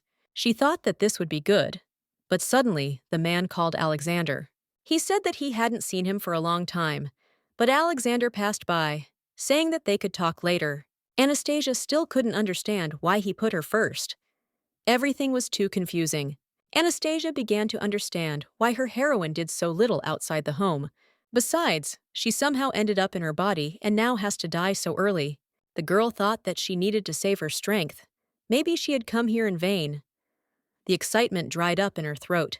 When she looked back, she was surprised to see that they were also preparing a table here. She took the glass, but Alexander took it away and said that she couldn't drink champagne. Anastasia was upset because it looked so delicious. She didn't understand what the difference was because he promised to protect her. Alexander was amazed that she still trusted him, despite the fact that she had no reason to. Anastasia asked him not to pretend that he had forgotten everything. Alexander remembered everything. Then she decided to ask why he came to her. She needed to ask something important. Alexander turned to her and asked her to look at him. Alexander warned Anastasia that he was not like everyone else and advised her to stay away from him, believing that she could get into trouble around him. As his father said, Alexander should not endanger Anastasia. The girl, however, confidently stated that she felt safe in his company. In the past, Alexander was hot-tempered and did many rash things, which often led to unpleasant consequences for him and those around him. His father desperately tried to change his behavior, urging him that such actions could lead to serious problems in the future. Nevertheless, Alexander assured Anastasia that he was not like that at all now, but at the same time, he acknowledged that his efforts to be different were not always justified. He claimed that he did not repent of his past mistakes because he did not feel the need to do so, but rather out of fear of punishment. Anastasia decided to find out what happened in the past and asked him if he could tell her about it. She could not understand what Alexander was hiding so much. Alexander apologized and said that he was not ready to reveal all his secrets at the moment. He could not trust enough to share his past. That day, after she left, the father was very angry with Alexander for the promise he made to Anastasia to participate in the celebration instead of being careful. Anastasia apologized, realizing that perhaps she shouldn't have said such things. She didn't want to seem intrusive and was a little confused by Alexander's behavior. Alexander, taking her hand, said that he wanted her to make a decision like he did and to act freely, without worrying that she owed something to someone. Anastasia, still concerned about his feelings, asked him to be sincere with her because it was important to her that he did not feel obligated by her requests. In return, Alexander promised that he would open his heart if she stopped playing the role and dropped all the pretense that he believed she was using in her relationship with him. He asked her to reject external pressures, her upbringing, and her father's expectations, arguing that only in this way could he be honest and sincere with her, without masks. Alexander said that he did not want to continue to distance himself from her, that he was ready to correct his mistakes and not repeat them again, promising to take care of and love her the way she deserves. However, despite his willingness to change, he was worried that if Anastasia became afraid of him, everything he had done would be in vain and useless. Having lost her, Alexander understood that his feelings would dry up and he would be left alone, with lost hope for the happiness that he thought they could find together. He asked her to allow them to see each other more often, even if it was only official meetings, because for him it was a chance to strengthen their relationship. If she did not agree, he was ready to accept her decision. But the girl felt a strange sensation, as if her feelings were no less important than his words. She immediately remembered how Alexander had said earlier that she didn't matter to him, and his words about not letting her die sounded different now. Anastasia thought about it and asked what kind of terrible things Alexander was talking about, not understanding what exactly she should be afraid of in their relationship. Alexander assured her that he would never harm her, that everything he said was just an attempt to explain his inner experiences and complex feelings. Despite all their joint efforts and the development of their relationship, Alexander could not understand when Anastasia would begin to hate him, and perhaps it was inevitable. Anastasia couldn't understand why he was so insistent that she make the decision herself, wondering what was behind it. Maybe he wanted to be closer to her. Alexander wanted her to make a decision that would be right for her.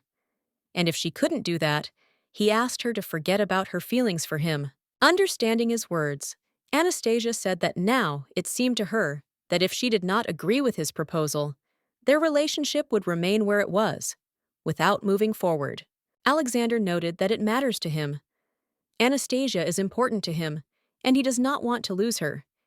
He is ready to help her make a choice, even if it is difficult. The only way out for Alexander was to push her to make a decision, but he knew that his father would be extremely wary of Anastasia, which complicated the situation. During their quarrel, Alexander felt deep remorse, regret, and uncertainty about what he was doing. He understood that he should not continue in the same spirit. Anastasia had long suspected that the guy was cheating on her. She was sure that he was actually happy to spend time with her, but his words were deceiving her. The girl couldn't believe that he lied so skillfully. Maybe he had always been like that, but now she had to be sure. She had to know the truth. The lady recalled that Alexander himself said that she was not special to him, but then he admitted that it was a lie, and his words did not matter. Anastasia noticed that he said that she was the same as everyone else, and then asked for forgiveness again, as if all this could simply be forgotten. Alexander added that his father insisted that he break off all feelings for her as soon as possible, so that it would not hurt so much later. But he himself was not sure about this.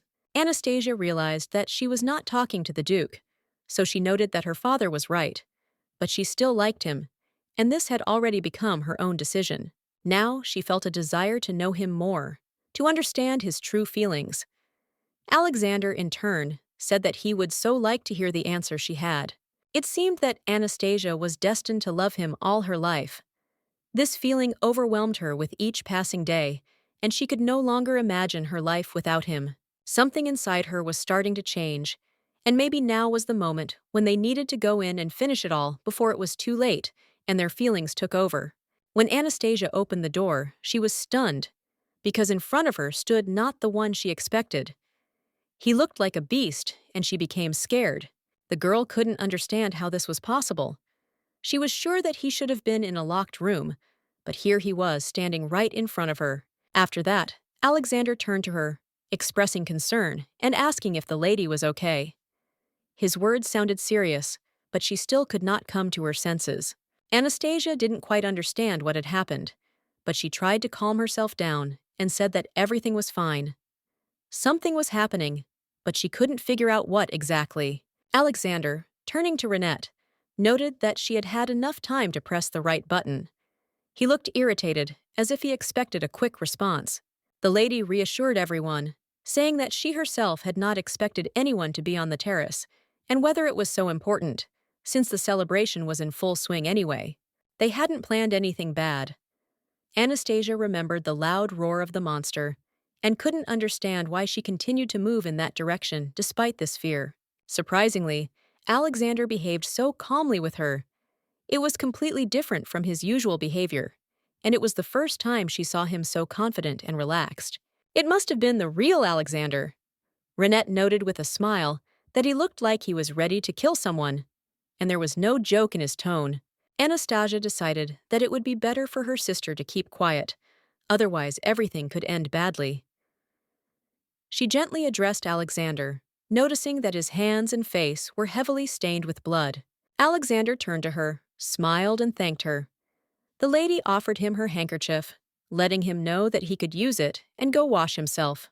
Renette said that it was only thanks to Anastasia that she remained alive, and she thought that she would pay for it with fear, but she understood that she would still have to pay. Anastasia, turning to her sister, said that she was sure that everything that happened was planned in advance. The girl did it on purpose, and she was ready to prove it. Renette didn't understand what these words were, because she was the one organizing the celebration, and Anastasia didn't even bother to say hello, although it was clear that there was tension between them. Renette's gaze was filled with bewilderment, and then she jumped out onto the terrace with Alexander. Without waiting for an answer, she still winked at him. The villain was right. Anastasia didn't understand why she had to attract attention in such a dangerous way. She decided to apologize because she was so worried that she felt sick and had to leave. Renette thought about it, but then said that she forgave Anastasia, especially since she was wearing a black dress, which gave the situation a little lightness. Anastasia didn't find anything funny about it, although she saw Renette grinning. For her, everything that was happening was much more serious than for others. However, Anastasia thought that Alexander seemed to really care about her. Renette often made fun of him, but this reaction was something new for her. Anastasia was shocked to hear how the girl had bullied him in his youth. Renette calmly explained that it was all just childish pranks, nothing serious. Renette remembered the time she accidentally pushed him into a pond and then shared a sandwich with him, in which she had put a whole handful of pepper. It was funny. Another time, when Alexander and Ash were about to compete, Renette enchanted his sword, adding an extra 50 kilograms to it, which of course had an unusual effect. Ash intervened in the conversation and asked in confusion if it was a joke or if she was serious. It all seemed so strange that he couldn't believe it. The Marquis was furious because despite all of Renette's tricks, he was still able to defeat Ash. This greatly undermined his confidence and pride. Renette noticed that this was the whole joke. She was interested in watching Ash's reaction, which greatly amused her in this situation. The Marquis couldn't believe that Anastasia had also managed to get so close to Renette. He was clearly surprised, because before that, he and the girl had kept their distance. Renette was surprised and asked him since when he was interested in such things. In that case, he should be grateful to her for letting him see Anastasia. Alexander couldn't help but notice how beautiful Anastasia had become, and he realized that he had never looked at her so closely before. She literally attracted his gaze. Renette was interested in how he was getting on with his mistress, as she thought she had changed a lot since their last meeting. This remark made him think about many things. When the gentleman decided to leave, Renette could not resist asking him questions, wondering where he was going. She was full of curiosity and could not understand what was making him leave. The Marquis calmly explained that his purpose was to inform the guards that Chichim was dead. His words sounded measured, as if nothing out of the ordinary had happened, although the situation was very serious. Renette noted with an ironic smile that his excuse sounded rather cute. Anastasia, sensing the subtle implications, asked her sister not to laugh at Alexander anymore. It was too much. Renette was a little surprised to learn that Anastasia was capable of anger. She had never noticed such harshness in her. But this was only the first sign of her hidden character. Anastasia knew that her time was running out, and so it was important for her to put things in their place while there was still something she could do to change them. Renette, in turn, supported her courage. Renette reassured Anastasia, saying that she shouldn't worry because the villain couldn't do any more harm. She then added that she had something to discuss. Renette, watching her sister with curiosity, asked if she thought Alexander was being overprotective. Anastasia, in her own situation, saw nothing excessive in his care. Renette, as always, noted that Anastasia, being the daughter of a duke, could afford a lot. But despite this, she would never say anything that could hurt her noble sister. Renette had no doubt that Alexander cared deeply for Anastasia. He was willing to destroy anyone to protect her, and even a monster would not be an obstacle for him if it meant her safety. Renette noticed that Anastasia was cruel in her words, and if she continued to behave like this, she would soon be among the next. Renette admitted that she was scared of what was happening. Anastasia, not wanting her sister to continue tempting her, decided to leave and check on Alexander. Her concern for him was sincere, despite everything that was happening around her. Later, when the Marquis returned, they would join the others. Renette had promised to send him after them as soon as she returned. Everyone was waiting for this moment, and the atmosphere was tense. Anastasia had no idea where he had gone. She decided to go into the hall to look for him, but inside she was increasingly overcome with doubts and anxiety. What if he had left without warning? On her way to the hall, she bumped into a strange man. She immediately apologized, feeling awkward about the chance encounter, but his gaze was cold and piercing. The man reacted rudely and said that he did not need her apology. Anastasia could not stand it and asked how he dared to treat her like that. Her irritation grew with every word. Looking at his face, Anastasia suddenly realized that she had seen this man before. His green hair was unlike any other, and she immediately remembered only one. It was the guy who had once been unrequitedly in love with Olga, and Anastasia immediately realized who was in front of her. Her thoughts began to get confused, and she did not know what to think about the meeting. He was among the 5 most powerful people in the empire. His heart was tormented by love that was never reciprocated, and this made him proud and arrogant. His name was Rayleigh Lucretia. Anastasia didn't quite understand what was going on, but the guy, noticing her gaze, asked her not to come closer. He was clearly unhappy with their chance meeting. He explained that he didn't want to be around dirty people like her. His words were like knives, and Anastasia felt her heart clench in pain. Anastasia still couldn't believe that such horrible words were coming out of his mouth. She didn't understand how he could be so cruel, especially considering his situation. At that moment, Alexander approached her and asked what she was doing there. He noticed her tears and asked worriedly why she was so upset and what had happened. Anastasia was glad to see Alexander, but there were tears in her eyes. She asked if he thought she was a dirty person, like that guy. The words were full of pain and doubt. Alexander didn't immediately understand what she was talking about. He asked who could have said something like that to her and tried to calm her down, not understanding how it all happened. The girl said that some stranger, without saying a word, simply threw these offensive words at her and left. Alexander asked her to accurately describe his appearance. Anastasia started talking about the guy with green hair. She thought that maybe her face was dirty somehow, and that's why he reacted that way. But it wasn't true. Anastasia couldn't understand why he said such strange words, because her face was clean, and there was no reason for it. He called her a dirty person for no reason. It seemed like complete nonsense to her, because she had done nothing to cause such a reaction. Rayleigh Lucretia, who was always considered pure and gentle, treated the world with special trepidation. Even the dandelions on the roadside were always taken care of by him. But why he called her a dirty person remained a mystery to her. Alexander said that it was not worth attaching special significance to this. Alexander chuckled, calling the guy narrow-minded. He said he didn't even remember what he had eaten 10 minutes ago. Anastasia couldn't understand how he could be so offensive. It was hard for her to get used to this.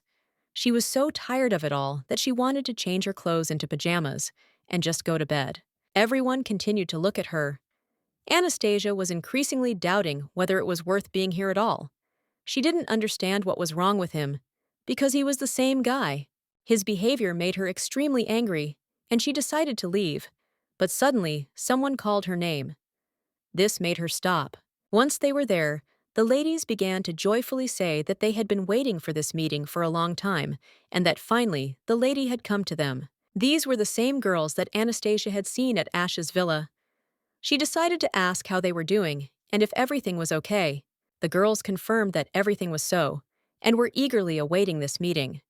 When the lady entered the hall, everyone simply froze in delight, their mouths open. It was obvious to everyone how harmoniously Anastasia looked next to Alexander.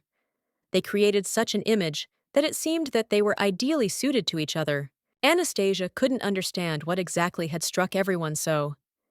People were looking at her with interest, but she was even more puzzled by why they had all turned so pale. At that moment, she couldn't figure out what exactly had attracted all the attention. Alexander was standing behind her, and she decided that his presence could be the reason for such surprise.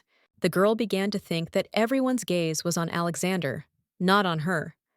The lady next to her noticed that her face looked tired and worn out. Anastasia felt tired, but she did not express it out loud. Alexander noticed her condition and said that if so, she should probably go home to rest. The girl thought that perhaps it would really be better to go back. Alexander promised to take her to the mansion, which calmed her down a little. Anastasia, a little embarrassed, asked if this would not be a problem for him. The Duke assured her that nothing was more important to him than her wishes, and he would be happy to see her off. Alexander was a master of charming people. His words, full of confidence and gallantry, easily captivated everyone, especially the ladies, who found his behavior incredibly attractive. Anastasia apologized, noting that her health was failing and she would have to leave her mistress first. This was said quietly, but with an understanding of her weakness. The lady smiled and replied that there was no need to apologize. The main thing was that she was able to attend this celebration, and that was already great for everyone. Suddenly, Renette approached her, and with slight surprise in her voice, asked why Anastasia didn't say goodbye to her before she left. Anastasia noticed her younger sister and didn't even understand how it happened. She just called her that way, as if she was already used to it. There were no thoughts or doubts in her head. Renette approached her sister and asked if everyone had heard how close she and Anastasia were. She didn't hide her curiosity and expected that this question would cause some kind of reaction. She added that everyone could envy their close relationship. The ladies advised Anastasia to hold on, as after their last meeting, an anxious premonition arose in her soul. There were times when the lady was harsh with Alexander, especially when His Majesty was present. Perhaps she went overboard with the harshness by interfering with the Thanksgiving competition. Alexander won that competition, and the Marquis, standing aside, could not understand what was being discussed. He was confused because these discussions did not concern him. He wondered why everyone was looking at him like that. Renette explained that Anastasia was about to go home, and everyone was there to say goodbye to her. The girl asked Ash if he should also say goodbye to Anastasia. But the gentleman did not understand why he should do this and did not know what to answer. Anastasia, smiling, wished them a good time, but her words caused the Marquis to immediately blush with embarrassment. He had not yet become a real villain. There was still a small spark of innocence in his soul. This was what distinguished him from the soulless creatures he could imagine. It was time for gratitude. The lady and Alexander expressed it for the wonderful evening they had spent together. It was filled with smiles and an unconscious closeness that they both enjoyed. Anastasia turned to Alexander, and with a sincere expression of gratitude, said that she was incredibly happy that he agreed to come with her to this important event for her. She was pleased to think that his words about being frank and honest with her sounded so sincere that she had no doubt about his good intentions. Unfortunately, Anastasia already knew that her illness was incurable. Alexander asked her not to take it too seriously, because he understood how difficult it was to be in such a situation. Anastasia, feeling the bitterness in his words, asked if she was mistaken, because her death was inevitable. She did not want him to feel sorry for her. She did not need excessive pity. The guy tried to console her, not wanting her to give up. He asked her not to lose hope, but instead to focus on living, putting her feelings first. Anastasia was stunned. He was saying those words again. There were times when his words could make her want to live, but they still didn't sound like what she expected. Alexander told her not to worry. He assured her that he would take care of everything. He was not going to leave her in this, even if it meant taking on the burden of her pain. Anastasia didn't immediately understand what exactly he meant when he said he would take care of her. Then, surprised, she asked if he really didn't understand that all living things are not toys. That evening, despite her bleeding condition, she continued to care for him. He did not notice this, focusing his attention only on her condition, and she did this without expecting recognition. Even when the Marquis insulted him, she was angry and worried, as if the insult was directed at her. She could not calmly watch him being humiliated, despite her own suffering. Alexander was sure that for such a noble girl as she, several people would be ready to give their lives without thinking. He could not understand how she could be alone in this world. Anastasia finally decided to talk to him, because he started repeating his words again. She believed that it was impossible to justify him, especially if they sounded like someone else's lies. The Duke assured her that he was merely thinking out loud, but he found her reaction extremely amusing. He couldn't help but chuckle at her many doubts. Unfortunately, he said that he would not be able to meet her the next day, as he had an important meeting that he could not refuse. The girl was a little upset, but understood. Alexander would be incredibly happy if she agreed to help him and came to his mansion. It would be a great favor on her part, and he would really appreciate her participation. The girl was confused because she didn't quite understand what was going on. He, in turn, asked what she would do if he did something extremely bad. Alexander did not insist that she give an answer right away, because he understood how difficult this decision was for her. He just wanted her to think and not rush. He asked her to just remain his friend, because her presence in his life was very important to him. He needed her support and could not imagine life without her by his side. Anastasia felt that she should refuse, but he continued to insist, giving her no peace. She doubted what was the right thing to do, and this worried her. She replied that she herself did not know what to do, because she could only make the situation worse. But she promised that she would definitely make sure that her decision was the right one. She was worried that she wouldn't be able to live with the consequences of her decision, especially if something happened to him. But Alexander firmly stated that she was worrying in vain. Everything would be fine. He promised that he would now do everything she asked him to do, despite all the difficulties. Anastasia felt relief and joy, but at that moment the carriage suddenly collapsed. The girl was scared to death, and Alexander immediately caught her, trying to calm her down. He was surprised by her reaction and asked why she didn't try to believe in him. She promised that she would try to believe him and give him a chance, despite her doubts. That moment became the beginning of something new for her, albeit disturbing. They arrived and Alexander wished Anastasia sweet dreams, his voice warm and calm, as if soothing her troubled mind. He knew the day had been long and hard for her. Alexander left the choice to Anastasia, asking her to decide whether she would remain the same, noble and kind woman, or choose a different path. It was her decision. He was ready to accept any. But there was another thought in the air. Could Alexander show the world his dark side? And if so, how would that change everything they had built together? The idea troubled him. Anastasia wasn't afraid of these thoughts, but she continued to feel that leaving everything as it was would not be a solution. This was not the path she could choose for herself in the future. Her mind was racing with thoughts of why he was putting her through this roller coaster of nerves and uncertain decisions. Why she had to be here alone in this. It wasn't easy. Although she understood that he probably had good reasons for such actions, Anastasia could not get rid of the feeling of injustice. She felt that she was simply being used. No matter how much he said it was worth at least trying, she knew it was best to wait until the next day. Tomorrow would be easier, and perhaps the answers would be clearer. Anastasia was thinking about how she could persuade Friedrich Magnus, who was far from giving in to her persuasion. He was not a man who easily changed his mind, especially on such issues, and Anastasia doubted that she would be able to convince him. This left her in the dark, but suddenly at that moment she met Alexander, who seemed ready to support her. When she saw Alexander, her face lit up with a smile, and she could not hide her joy. He was the person with whom she felt calm and confident, despite all the difficulties. The guy was a little confused by her words when she suddenly suggested visiting his bedroom. He didn't know what exactly she meant, because his thoughts were full of questions. Anastasia explained that she just wanted him to visit her room, since he had been there before. Her words confused him a little, but he decided to accept her invitation anyway. Olga now thought she could well take a look at Alexander's room. He agreed with a smile, saying that it would not be a problem for her to show his bedroom. He also added, with a slight subtext, that one shouldn't think that there was anything strange in his room, like weapons, or especially corpses. Olga was the first female character to appear in Alexander's bedroom, and her impressions were especially important at this moment. The description of the room, as she told it, was simple. The room was very clean and well kept, as if it had always been kept in perfect order. All of this was the pure truth, without any exaggeration.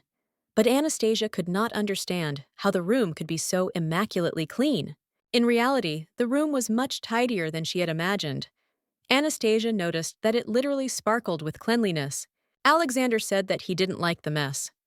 But suddenly, Anastasia noticed something and began asking in horror what this strange thing was. She asked in surprise who had hung her own drawing on the wall. Alexander, as if guarding it, explained that it was a precious drawing made by her. Anastasia was indignant. Her irritation grew, and she realized that it was time to act. Without delay, she decided to do everything right now. Anastasia approached the bookshelf and asked him jokingly if it irritated him. He replied that everything was fine, and it didn't bother him. Anastasia quickly realized that this was not some special phobia, but simply Alexander's habit of order and cleanliness. It was his way of keeping everything in perfect condition. After that, she decided to make his bed. Alexander didn't care and didn't notice the changes, but Anastasia continued to make a mess, not paying attention. Alexander couldn't understand what the problem was. He was calm and not worried, but Anastasia was in a slight shock because he didn't care what was happening. The guy offered Anastasia some tea, and she agreed without hesitation. The atmosphere was cozy enough, and she didn't mind a short pause. Anastasia felt like a queen in this house, but the drawing she saw was just awful. She immediately wanted to tear it off and throw it away without thinking. While talking to him, a piece of cake accidentally fell on the floor. She was not going to throw the cake away because it was delicious and did not deserve such a fate. The girl quickly explained that it was an accident. She didn't understand why these cakes were so greasy, and she didn't expect one of the pieces to end up on the floor. Alexander noted that there was nothing wrong with that. However, Anastasia noticed that he said it with some effort, as if he was having a hard time squeezing out the words. Anastasia kept apologizing. She explained that she didn't want anything to go wrong and was upset about what happened. The girl added that she would clean everything up now. At that moment, someone entered the room, and the situation changed a little. Alexander's father entered and immediately began to say that he had heard about Anastasia's visit and was glad to see her in their home. He was surprised by her presence. The Duke arrived at the most inopportune moment. He noticed that, despite his close relationship with Alexander, entering his bedroom was still too much.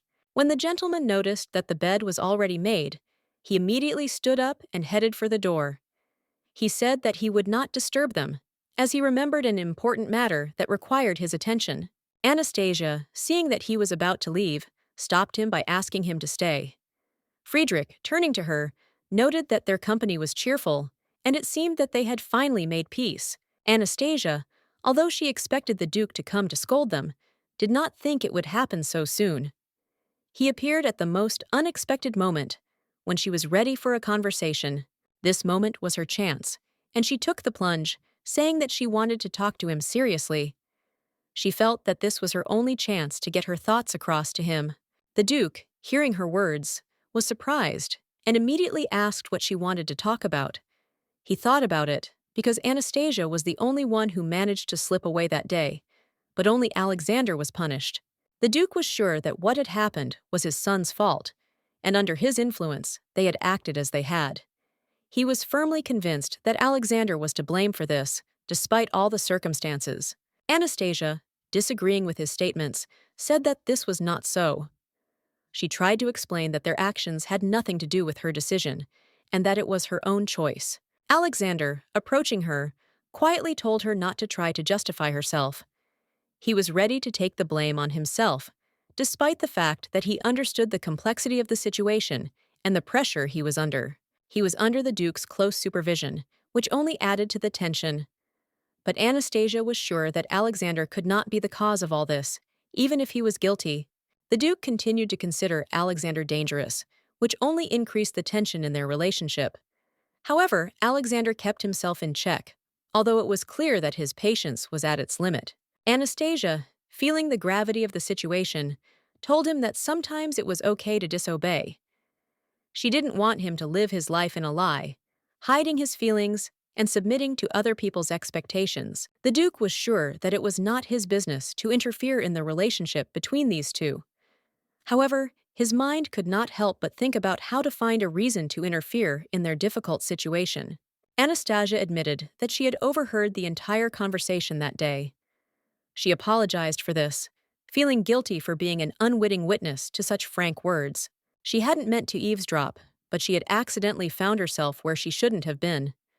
Looking for Alexander, she had gotten lost and hadn't noticed how she had found herself in the middle of this conversation.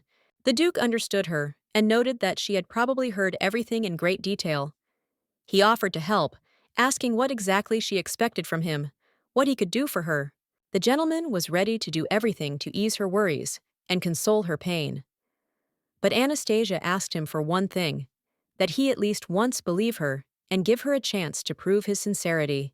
The problems he was so worried about might not actually happen. She asked him to be a little more kind to his son, so that those troubles would not become serious. Friedrich didn't quite understand what Anastasia meant. He asked her if she meant that, knowing his true nature, she was still willing to be with him. Anastasia confirmed her words. She hoped that her feelings were sincere, and that Alexander's intentions were the same. They all took risks, but it was her choice. Anastasia asked Friedrich to give Alexander at least one chance, believing that he was capable of changing. But the gentleman thought that there was no need to discuss this. He did not want to waste time on empty talk. The gentleman does not realize how dangerous he can be to others. Anastasia once told him that he should have at least one person with whom he can open up. This opinion worries him greatly. But the Duke keeps hearing himself called dangerous, and she doesn't know how much longer she'll have to listen to these accusations. In her eyes, he's still the same as he always was. The Duke never tried to check whether anything had changed in his character or inner world. He did not even notice how much could have changed without his participation. Anastasia asked him to use her. She was sure that she would not live to reach adulthood. Her fate was sealed, and she accepted this fact. She was adamant that she would not reveal his secret to anyone. Her words sounded cruel, but the Duke was shocked to hear her say it. He could not believe that she was saying it. The Duke was determined not to use Anastasia. He had always considered her almost his daughter, and this fact did not leave him alone. The girl always knew this, although she did not say it.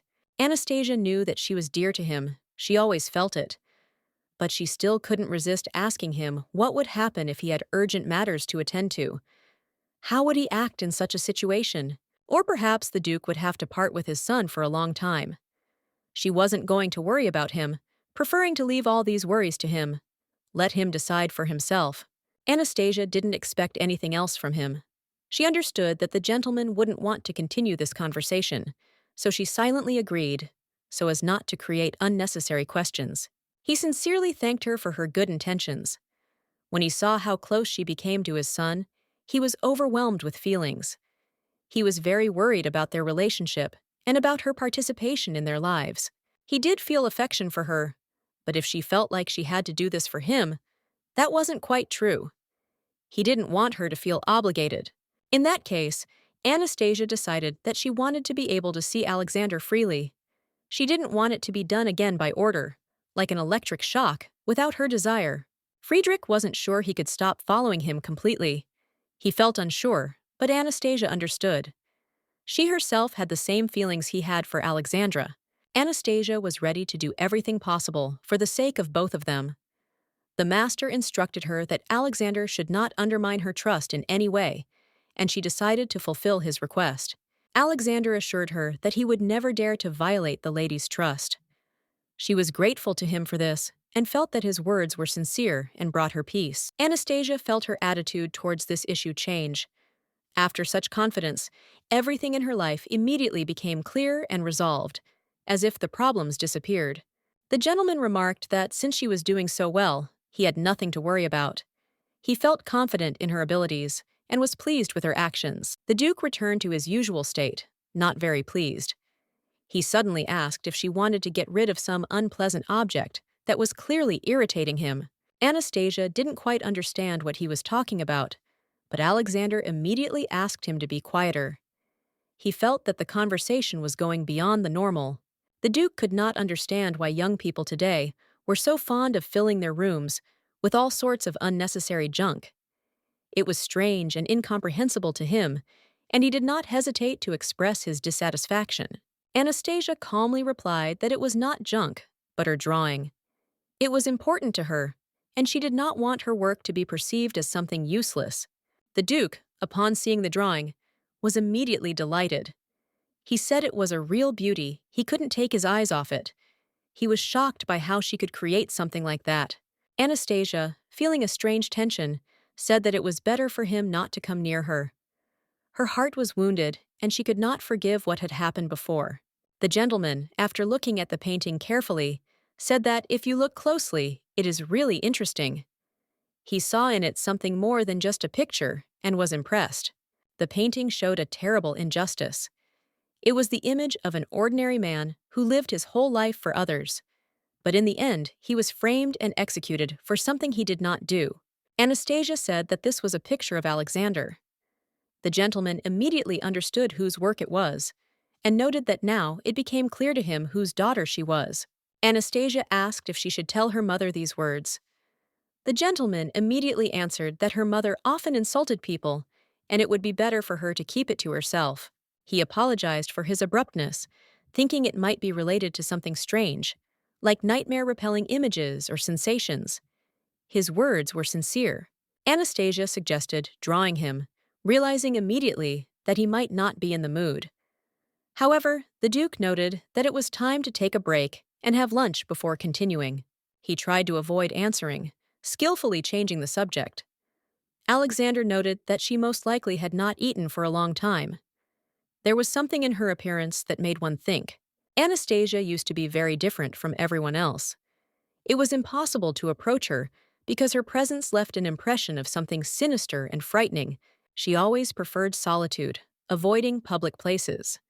Because of this, she was almost forgotten, and her name gradually faded from people's memories until she disappeared completely. Now everything has changed. She admitted that before her death, she would like to have time to see, hear, and experience as much as possible, that she did not have time to experience much. Now he understands why she became the way she did, selfish. Despite this, her changes were not noticed by those around her, even if her oddities became obvious. With her laughter, she was able to calm those around her, and those who previously could not find a common language with her now often admired her calmness and goodwill. Alexander thought that she needed time to rest, because the last few days had been extremely difficult for her. He understood that she was very tired and needed rest. Suddenly, there was a knock at the door. It was a maid who announced that Marquis Cloud had arrived, an important figure who was always involved in the events that took place around him. Balthazar Cloud was a man with a tough character. He was a man who valued only money and power, always striving for more, without regard for the feelings of others. His father would never have invited him to his mansion. A man like Balthazar always solved problems by force, and his methods were known to everyone who was associated with him. Alexander couldn't understand what he was doing here. He wondered why the Marquis needed to show up. After all, the exit was on the other side, so they had to leave. The Marquis was taken aback by the Duke changing the door to the mansion. He couldn't understand why he decided to do this, because everything was arranged differently, and this confused him a little. Balthazar decided to ask if he knew what he was imagining. He wondered if, maybe, really, every time he came, the Duke always had new doors. It seemed strange. He assumed that the Duke changed the doors every time he passed through them. The Duke, smiling calmly, confirmed that this was so. It was his little ritual. Balthazar noticed that the Duke had become silent. He clearly did not want to talk more than he had to, and it seemed that he had no desire to chat. That was enough for today. It was time for him to leave. The Marquis was surprised to hear that the Duke had guests. Friedrich calmly explained that it was his daughter. The Marquis did not understand what was being discussed, but decided not to ask unnecessary questions. Balthazar did not immediately understand who they were talking about, but then he remembered that it was the same girl, terminally ill, who had once been mentioned in conversation. This surprised him even more. He still couldn't understand why the Duke called her his daughter. After all, she was William's daughter, and that didn't quite fit his expectations. But he didn't go into details. He failed to take the Marquis aside as he had wanted. Alexander came up and said that they had not seen each other for a long time. This again attracted the attention of everyone in the room and was an unexpected turn. Narcissus met Alexander with surprise and said that he had already thought that he would never see him again. It turned out that he had worried in vain. Soon he realized how happy he was to see him again. What a blessing that Alexander was not at all like his father. He became better each time, and Narcissus was sincerely happy about this, noticing his changes with surprise. The Duke asked why the man had come at all. Balthazar remarked that they would be very surprised when he told them, since he had recently acquired a very unusual holy relic. It was, he said, interesting. The Duke listened to him, but in response said that it was enough to boast, and suggested that they leave already. He was not impressed by these stories about the shrines. Such trinkets, according to the Duke, can be found anywhere. The maids often throw them away, thinking they are trash, and throw them away, not thinking that they might have any value. The Marquis asked him to wait, as he could not talk to him right now. To whom and what exactly needed to be explained did not matter. Time played its role. These ancient relics are said to be able to predict the future, plunging a person into hallucinations. He was not 100% sure, but there is a possibility that these are relics of Anacleto himself. He himself understands what value such artifacts can have, and this gives him a chance to be the first to see them. He already felt his heart beat faster at the thought of the future. Maxime, watching the Duke, began to joke that he would probably even be able to look into the future and find out what would be for dinner. The words sounded light, but with a hint of a real task.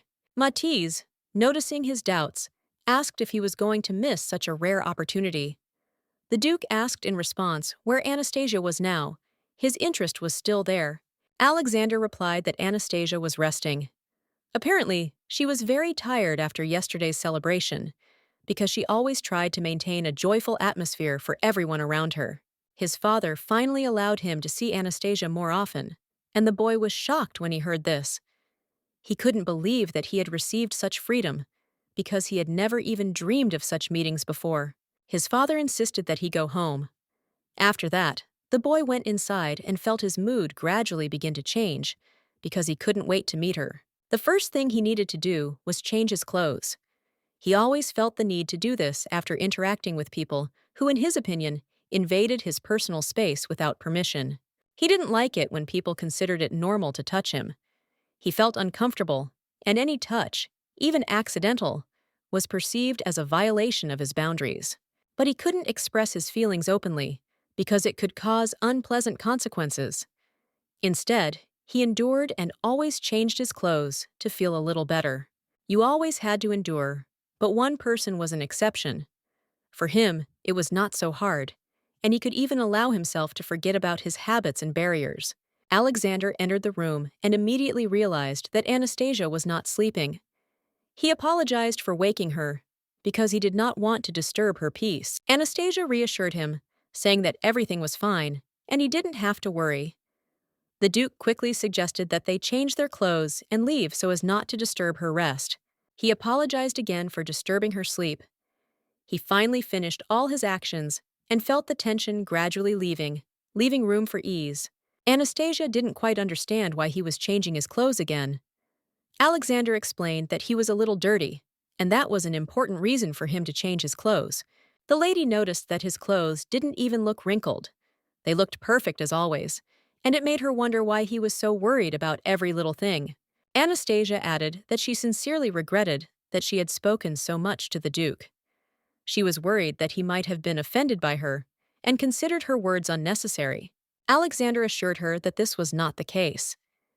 He was sure that she was doing this for his sake, and although his expression might look stern, in fact, he understood her intentions. He agreed with her. He didn't want Anastasia to give up and wanted to awaken in her the desire to live, despite all the difficulties she was going through. However, her next words gave him pause. She claimed that this time would be different and asked for a chance, saying that he could rely on her. Anastasia, looking at Alexander, invited him to sit down next to her. She smiled, hoping that he would be comfortable, and there was a slight insistence in this gesture. The boy explained that Marquis Cloud had arrived at their home. Anastasia thought that this event had been planned in advance and probably did not cause any particular surprises. However, Alexander noted that his father would hardly have invited the Marquis himself. He did not recall any cases when he came of his own free will or invitation. Anastasia thought that the Duke was simply showing concern for the Marquis. Cloud was currently performing the duties of Count William, which probably explained his presence. He wasn't particularly knowledgeable about business, but he had a lot of enthusiasm. So far, no serious problems had arisen, and he maintained a positive attitude. Father tried not to show his irritation, but all he could do was wave his hand and answer the Marquis's questions with boring phrases, avoiding discussion. Anastasia thought that perhaps the Marquis was really helping her father. Maybe he was performing some duties that would improve their family's position in the future. All this was done for the sake of possible future benefits. But, in addition, the Marquis clearly sought to secure recognition from her father, and this was noticeable.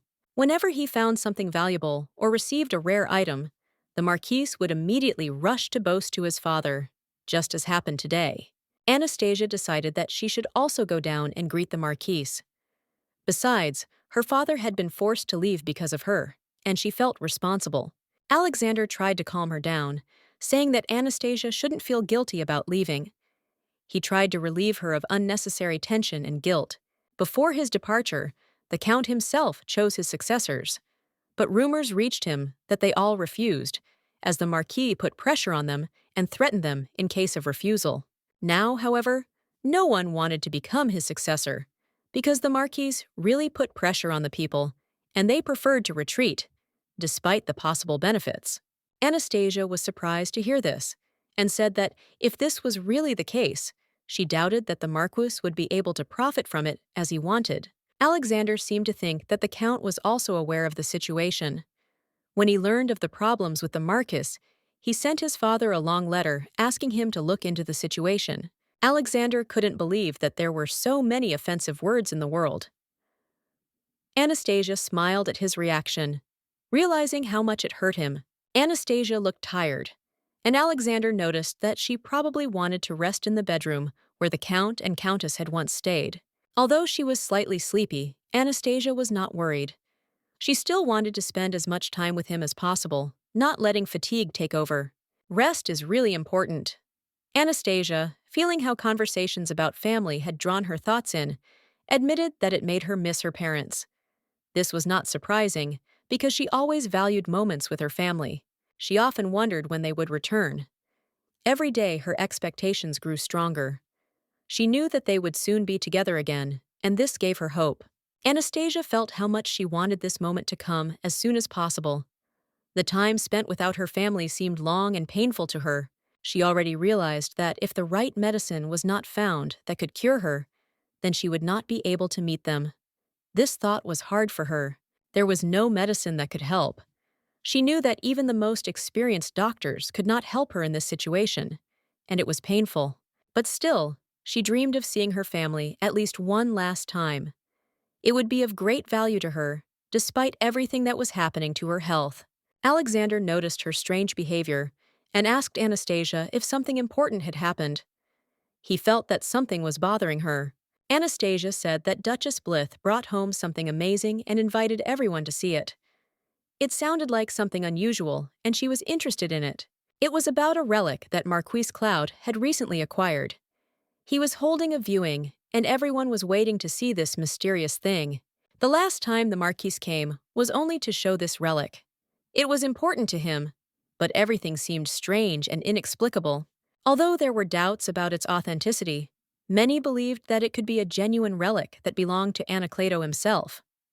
This added to the intrigue.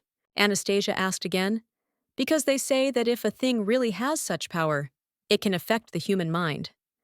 It was exciting and mysterious. It was said that if a powerful priest touched the relic, he would be able to see the future. It sounded like magic, but was it real?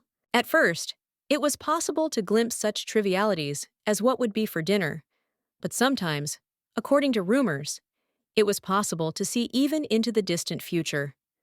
The possibility was tempting, but remained dubious. However, many claimed that even if the priest used all his power, he would still not be able to see into the future. Their power did not match the relic. It was strange. Anastasia noticed that Alexander was also invited to this event, but he showed no interest. She was surprised why he was not interested. He explained that, firstly, there was no certainty about the authenticity of the relic, and secondly, he did not believe that it was possible to really look into the future with its help. Alexander wasn't sure if it was just for fun, but he was worried that other people might seriously believe in such magic. He didn't like it. His biggest fear was that he might get dirty or sick from contact with the relic. Anastasia laughed, thinking that he was just a paranoid person suffering from mysophobia. For Alexander, it was a waste of time, but Anastasia needed communication. He thought it was a good opportunity to establish relationships with other young girls. Alexander asked Anastasia not to force herself under any circumstances. The girl added that Renette was bothering him, not giving him any peace, preventing him from living peacefully. Alexander is already used to such situations. But when Anastasia starts to get upset, he hides his feelings even more, pretending that everything is fine. Then, Anastasia turned to him and suggested that he not hold back his emotions. It doesn't matter whether they are positive or negative. You need to be honest with yourself. She didn't believe it would lead to anything bad, as his father feared. Sometimes it's important to let your feelings out, so as not to hold them in. Anastasia saw how patient and diligent Alexander was. He hid his true emotions all his life, wanting to please those around him, so that everyone would praise him for his good deeds. But in her opinion, this was not enough to become a truly kind person. He wondered what if she was wrong in her approach. He knew he had already made a mistake, and there was a chance he would repeat it. But what if his attempts to control himself were hiding a desire to impress her? Anastasia didn't understand where this problem came from, because he pretended almost his entire life. Even if he hides his feelings, he still likes her. She didn't expect him to change instantly for her. He had to understand that it was important to be real and not continue to hide his feelings behind lies. It's normal for her that people go through trial and error. After all, you can't reach your goal without making some mistakes. But if he tries for her, she's happy. Anastasia noted that everything starts with small steps. The guy emphasized that his mistakes are not as harmless as hers. His problems are more serious. The girl thought that he just needed more practice. When he holds all his emotions in and then spills them out, it becomes a problem. If he learned to release his emotions little by little, it would help him avoid excessive mood swings and get on the right path. Everything will work out if he starts to socialize, controlling his emotions. You need to hide a little, or, on the contrary, show your feelings a little more. The main thing is to balance. With Alexander coming of age, it was the perfect time for a change. Anastasia told him to get ready because she planned to test his nerves. Alexander was in complete shock from what was happening, but the lady calmed him down, assuring him that there was no need to worry. She could handle his anger if he showed it. Anastasia said that she would tell Alexander herself if he overdid it, but until then, she was ready to endure everything. Alexander promised that he would not show her his anger. Anastasia just shook her head, silently repeating that they would live and see. At that moment, Renette came to her, ready to take her with her. Anastasia was shocked that she had not received a letter from Renette. She had said that she was not going to go, and this came as a real shock to the Duchess. The Duchess could not understand how Renette could say such words, because they hurt her. She promised herself that she would not hurt Alexander anymore. Renette asked for just one chance to prove that she was much better than her mistress thought of her. It was her sincere wish, despite her past. Anastasia, who had read many books, understood what Renette was capable of. In addition, Renette had already told everyone that she was going to come with Anastasia. The others must have been waiting for their arrival. Renette smiled and noted that her little sister probably liked her face, but that was not the main thing. The Duchess laughed and replied that sometimes she really thought that her face was the reason for her thoughts. Sometimes she herself did not understand how hard it was for her with it. Renette apologized, adding that her soul was much deeper, and that Anastasia was interested not only in her appearance, but also in her personality. She tried to be frank. It was so unexpected. Anastasia thought that Renette was just waiting to take her body and stuff it. That idea was shattered at that moment. To understand her, Anastasia began to follow those who were closest to her. She was truly interested in how Renette managed to conquer the heart of the great Alexander.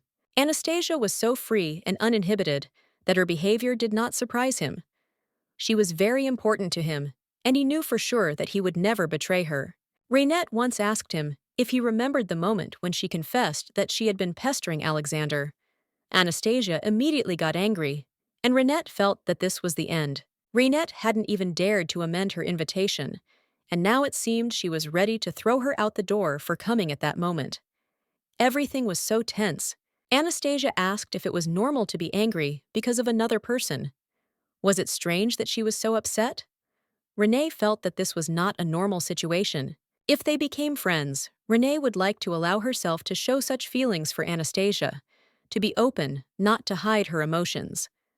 But for now, it seemed difficult. Anastasia noted that it didn't necessarily have to be her, but there was so much conviction in her words that Renette felt a little uncomfortable. Ash once told a story about how he and Alexander were at a festival of commoners.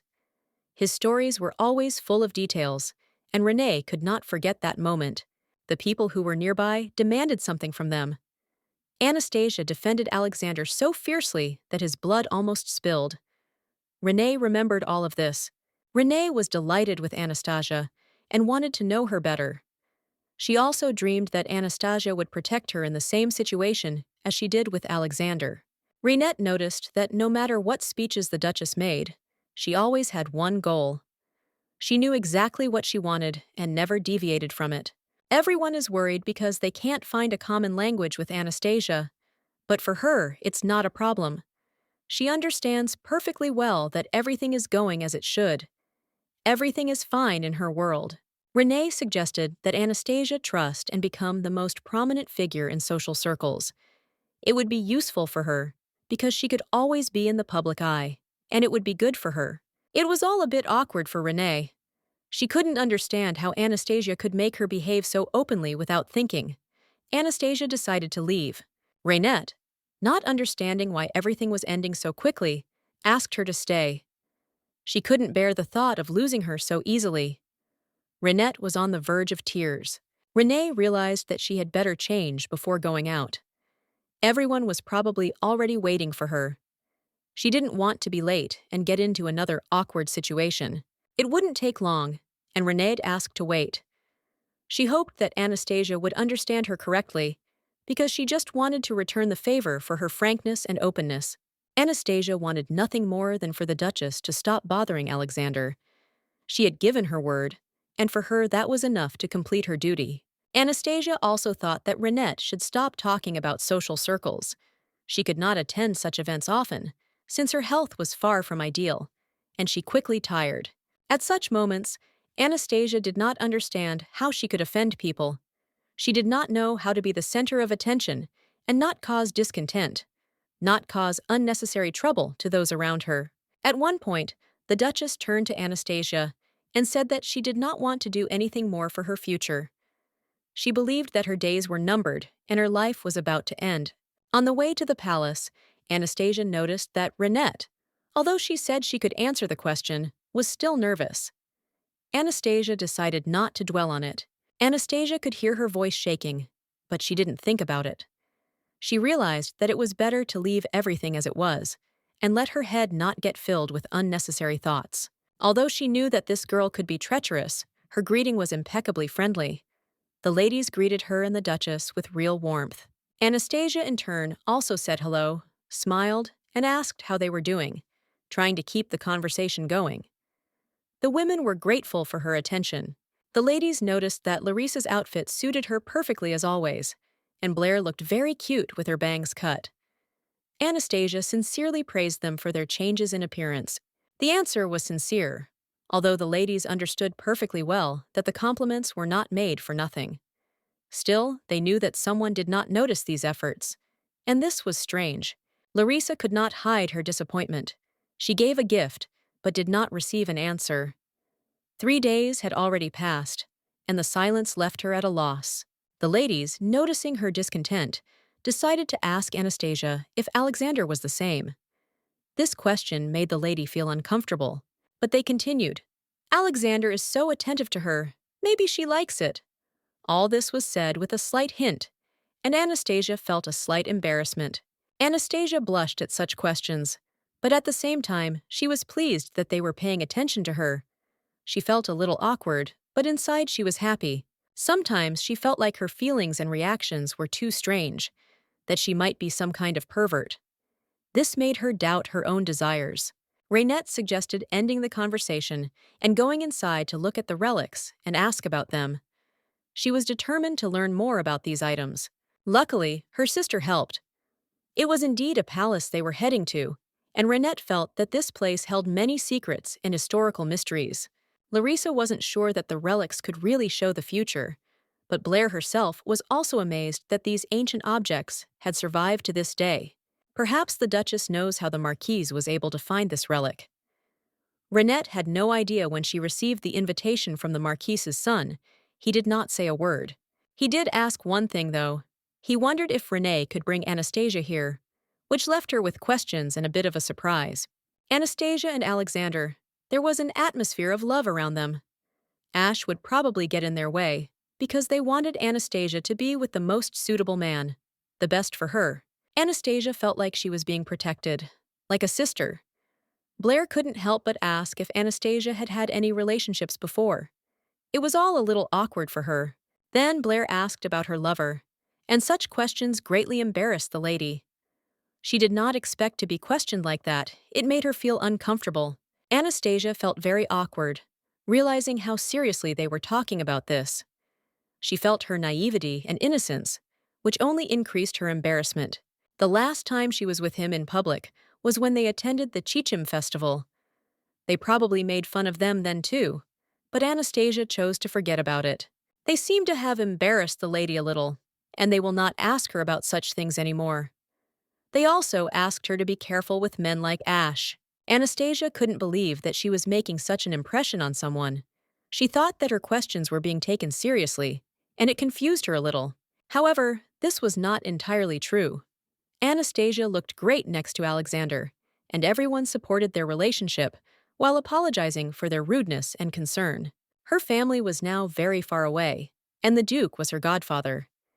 If anyone had said anything bad about him, it would have been hard to believe. Blair asked Anastasia if she was afraid of accidentally hurting Alexander's feelings, but she replied that her worries about this were not worth paying attention to. If only she knew how many girls Alexander had rejected, it would have become clearer to her. He was so unmarked and pure that it was hard to believe the rumors about him. Anastasia couldn't deny it, because in her own eyes it was convincing. Everything that was said was true, one way or another. In fact, Anastasia was not well. She felt weak. But the Duchess, her mistress, insisted that she come here despite her state of health. Blair noticed that such a girl definitely deserved Alexander's heart. However, the lady could not understand why such conversations were started at all. It seemed unnecessary. Renette stopped the girls, insisting that they should listen to her advice if they intended to continue in this spirit, as the situation required caution. If someone accidentally overheard their conversation, it would be difficult to understand what exactly was going on between Anastasia and Alexander, which could give rise to unnecessary rumors. Anastasia still did not feel deep feelings for Alexander, and therefore such conversations only embarrassed her, making her feel uncomfortable and nervous. She always wants to intimidate and tease them. She dreams of creating misunderstandings between them, plunging them into doubts so that they cannot understand their feelings. And as soon as this happens, Anastasia, all in tears, will run to her. She will hug her tenderly, console her, and say that there is no one in the world that can be trusted. That night, she will become part of her collection again, added to the others. Anastasia does not suspect that this is only the beginning of what awaits her in this world. Anastasia always believed that such things should not be said out loud. The ladies noticed that it was time to leave, because the bells were ringing and time was passing quickly. Renette approached Anastasia and whispered, asking if she had ever thought about how much he loved her and how it could affect their future. The Duchess replied that if he offended her a little, he would instantly decide, without hesitation, to kill her. This was not just a threat, it was a real danger. Renette was 100% sure of this. Even being the daughter of a duke and the granddaughter of an emperor, she felt a threat to her life in every look and word. She couldn't imagine what would happen if someone else hurt her. Remembering the events at the festival, she couldn't help but notice that he was completely different then. As soon as Anastasia called out to him, he returned to his previous state, reserved and calm. The girl was sure that Alexander would never harm anyone. Renette remarked that if only she knew everything about him, because even she had no idea what happened to him after the festival and what happened to him next. It's an amazing ability. Everything seemed fine, but as soon as she got to the mansion, blood started pouring out of her nose. The situation was rapidly deteriorating. Renette made a lot of efforts to stop Anastasia. The girl did not understand what was happening, thought that Renette was just joking, playing on her emotions, and did not take it seriously. Anastasia was stunned and couldn't believe that someone's death could cause such feelings in someone else. Children came up to them and asked what they were talking about, but she couldn't understand because of the loud ringing. Renette said with determination that they must see the relic as soon as possible. She believed that it would open the way to Anastasia and Alexander's future, perhaps provide answers to their questions. Blair was disappointed because she actually missed something important. All this time, she felt like she was the odd one out and worried that she didn't make it in time. Anastasia turned to her sister and asked why she had decided to tell her now. The ladies continued to say that they needed to catch up with the others because they were running late. Renette doubted that it was caused by anything in her presence. Perhaps the girl had simply been poisoned, but she couldn't say for sure what had caused it. Anastasia was skeptical, considering everything that was happening to be some kind of absurdity. Renette seemed to have just come up with this explanation, thinking that it would sound logical. Of course, neither she nor Anastasia wanted to die so early. Both decided not to take any more risks, realizing that they needed to be more careful and not get into such situations. Anastasia wasn't even sure that this girl realized how absurd her words were, so she got irritated and couldn't take her behavior seriously. She decided to ignore it. However, Renette assured them that everything would be fine, that the lady would live for a long time. She reminded them that it was time to go so as not to waste time. Walking down the corridor, they finally came to the right door. Renette confidently informed Anastasia that they had arrived and that the relic was hidden behind this door. Anastasia noticed a familiar priest named Raleigh Lucretia. His face was already familiar to her, and she could not understand what he was doing here and how he was connected to their search. She wasn't quite sure why he was looking at her so intently again. It was odd, even a little alarming, and it made her think. Blair introduced her to Raleigh, who turned out to be a very important man. He had been entrusted with this valuable relic, and he seemed completely absorbed in it, as if it were coming to life in his hands. If you pay attention to his face, you could see how deeply he was studying the lady. Anastasia, not knowing what to do, only said that she was pleased to meet him. The priest suddenly turned around and said that he would open the doors for her. She was amazed by his words. It was a surprise to her, a complete mystery. Renette thought his behavior was too rude. Even if he was a respectable priest, ignoring Anastasia's greeting seemed extremely improper to her. Nevertheless, the gentleman said that he was also pleased to meet you. But it was unclear why it was necessary to show so clearly that he did not want this. Anastasia, deciding not to dwell on the strange behavior, said that she would rather examine the relics. She was irritated, considering his behavior senseless and stupid. The relic was sacred, capable of showing the future. Anastasia expected to see something like a magic mirror, like in fairy tales, full of secrets and miracles. But when she looked at the object, she realized that it was not at all what she imagined. It looked more like an ancient sarcophagus than an object capable of showing the future. It was obviously old, worn by time. The priest offered her to try the tea before entering. It was all so unusual that she could not believe her eyes. In rare cases, the body may reject the divine, but the priest strongly recommended checking this in advance before moving forward. Blair could not understand how the human body could reject something divine, because it was, in fact, the purest and most sublime thing that existed in the world. 500 years ago, when the idea of the church was just being formed, a woman accidentally touched her father's clothes and instantly burned up, as if she had been engulfed in flames by the divine power itself. This event was the result of divine influence. Later, when the woman's body was examined, it was discovered that she was an ordinary person, without magic or any special abilities. She was not a master and did not have any special powers. This knowledge stirred up a feeling of anxiety and goosebumps in everyone, because what had happened seemed completely inexplicable. Anastasia couldn't understand why that man was talking about this without taking his eyes off her, and even insistently offering to drink the potion, which clearly didn't inspire confidence in her. She decided that his insistent gaze was because he wanted to see her body burned alive like that woman. It made her feel uneasy. At this time, her friend was trying to figure out what this strange drink tasted like, not understanding why Anastasia was so reluctant to try it, even afraid to drink it. The tea was so bitter that Anastasia could barely drink it, but she thought she could perhaps cope with it by adding about 8 cubes of sugar to smooth out the taste. Renette was surprised by Anastasia's habit of adding so much sugar to her tea. She promised herself to remember this fact, hoping that it would be useful to her someday in the future. Sister Renette, although not always aware of the possible consequences of her actions, was always sincere and kind to those around her, especially to those whose attention she wished to attract. Anastasia, among other things, also loved to eat something fatty and spicy. These taste preferences could say a lot about her character and tastes. Then the lady realized that she should treat Anastasia to a dish that she would probably like. It seemed that the priest had been very busy lately, because Blair did not remember him being at the last Cheecham festival. Apparently, the person Blair wanted to make a good impression on was the priest. Anastasia felt a strange uneasiness. The priest reminded that if everyone had finished drinking tea, it was time to enter. There was no additional security in the room. Renette noticed that Anastasia was clearly not ready for this.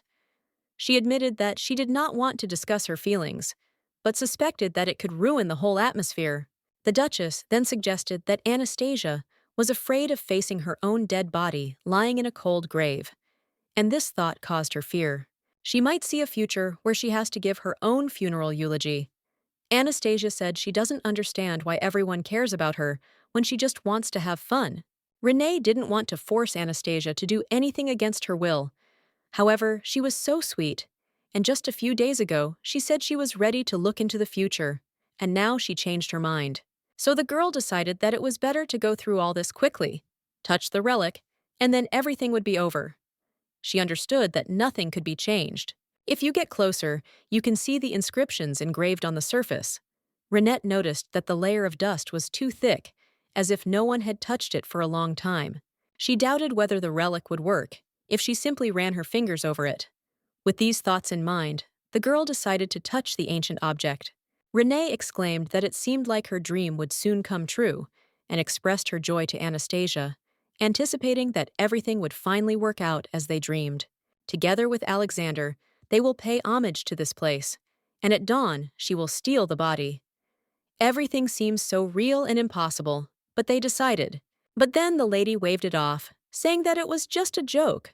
She wanted to make fun of her friend a little, and it was nothing more serious than just a game. Anastasia doubted whether a villain like her could understand what true friendship was. Bewilderment about how things really were appeared on her face more and more often. Larissa, having touched the relic, immediately became frightened. Anastasia, having noticed her condition, began to ask if everything was okay with her, and if something terrible had happened. The lady looked a little confused. She admitted that she was scared to the depths of her soul, as she had experienced such vivid sensations that she could not even understand what was happening to her. It seemed like it was all real. Now it was Blair's turn, but Renette said Anastasia had to go first. Everything went in order, and no one could change the order. The girl had long since gotten used to the idea that death was inevitable, but seeing it with her own eyes was a completely different experience, and it scared her. Seeing your death so close was terrifying. Even someone who had thought about his end many times was not ready to face it. Larissa suggested that Anastasia leave if she was afraid. If she didn't want to continue, they could just leave this place, but the decision wasn't as easy as it seemed. But if Anastasia runs, little sister Renette won't be able to stand it and will laugh at her. She always reacted that way to weakness, and Anastasia knew it very well. Anastasia prepared herself, and, a little nervously, touched the relic. But she did not feel anything unusual. There was no spark, no excitement, no sense of special power. The priest, surprised by her reaction, asked her to show him her hands. He hoped that, perhaps, she had not noticed something important, but he did not find anything strange on her palms. The gentleman, noticing her confusion, smiled faintly and said that such cases were quite rare. He added that, most likely, she was just unlucky, and there was no need to worry. Anastasia was shocked that it was so serious and could not understand what exactly had happened. She asked him what the relic had actually shown if he had not even touched it. Blair noticed that the priest was turning very pale, which was clearly not normal. She became concerned and asked if everything was okay, but the gentleman reacted harshly, ordering everyone to leave the room. The whole situation was moving too fast, and they had to leave right now. Blair apologized to Anastasia, trying to calm her down, explaining that the priest was actually a kind man. Larissa, watching what was happening, thought that she liked the priest, but Blair quietly said that she always felt so calm next to him. There was a strange and unusual confidence in her words.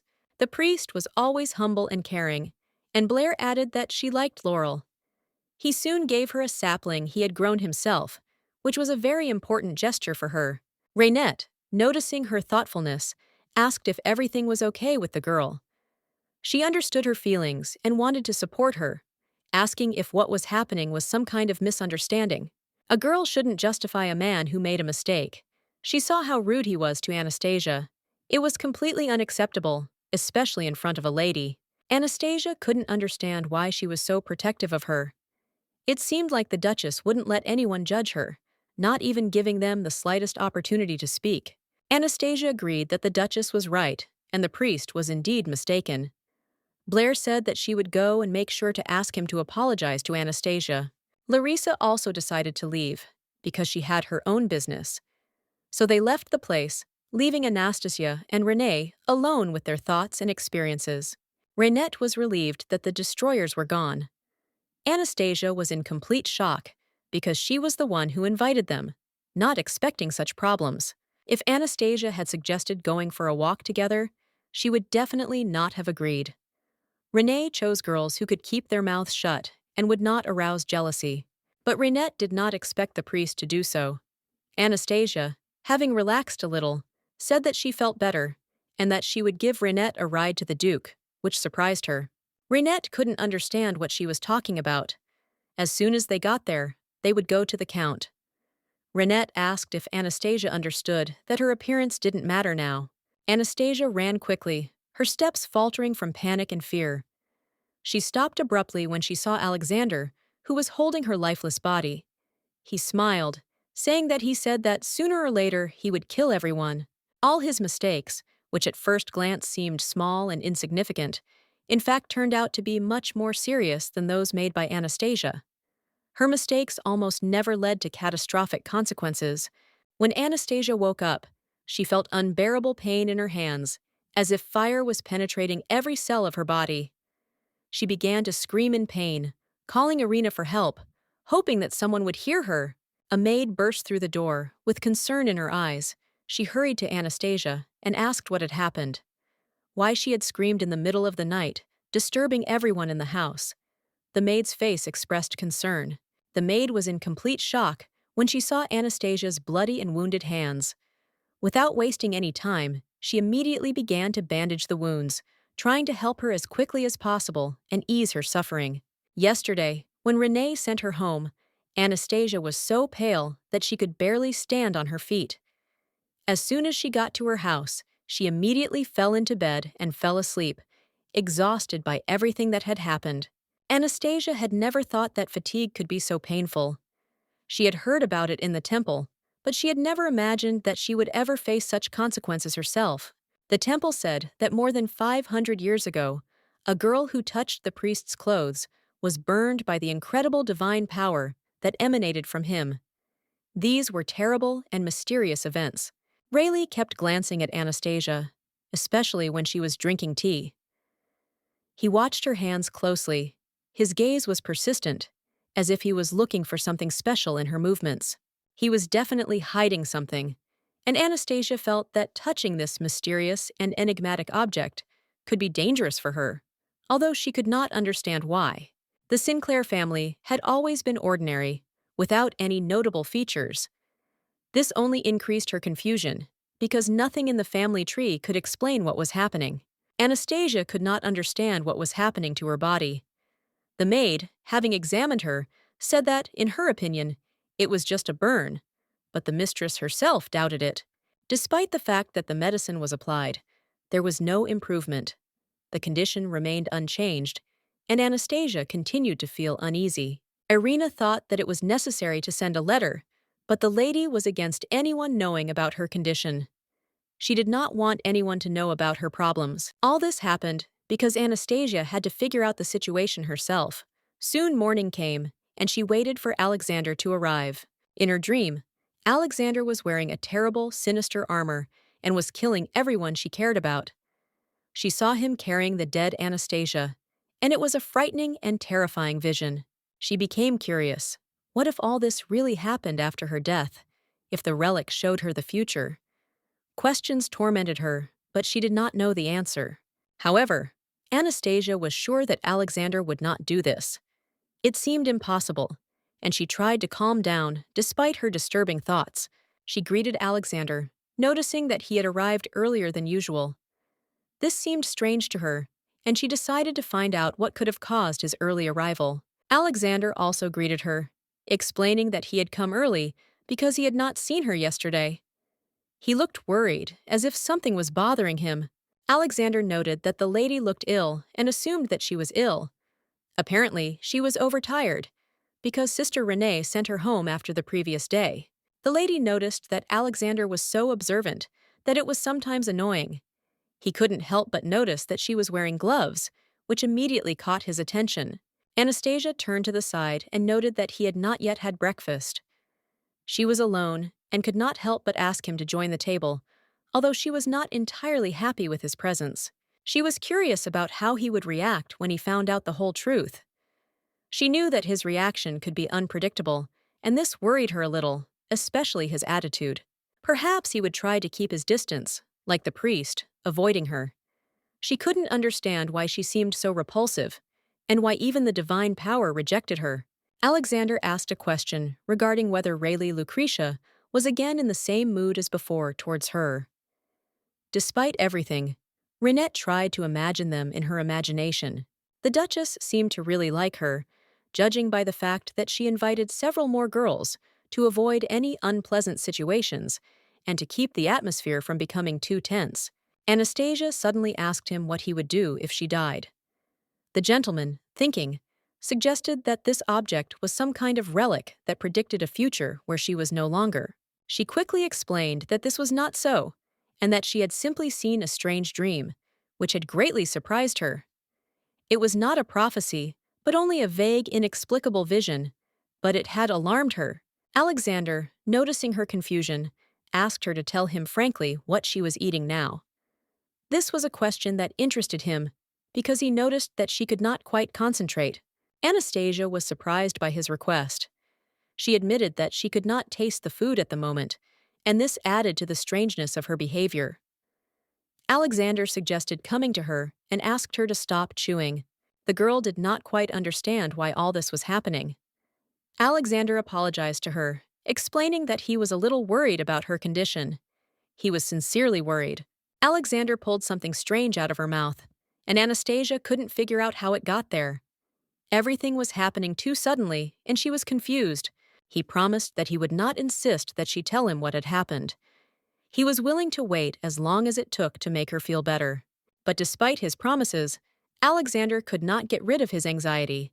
Anastasia noticed how he was looking at her intently and anxiously, which made her feel uneasy. However, the Duke did not understand why he was so worried. It all happened soon after her arrival at the palace, and she probably felt ashamed of what happened, which was natural. Now Anastasia understood why the priest had called her dirty. She began to realize that there was a reason why she was being treated like that, as something low, as a failed body. Alexander asked her to show him her hands, but she refused. She could not let him see what was troubling her, and she did not want him to see her weakness. The Duke didn't know if he could help her, since Irina had already taken care of the wound, treating it with medicine.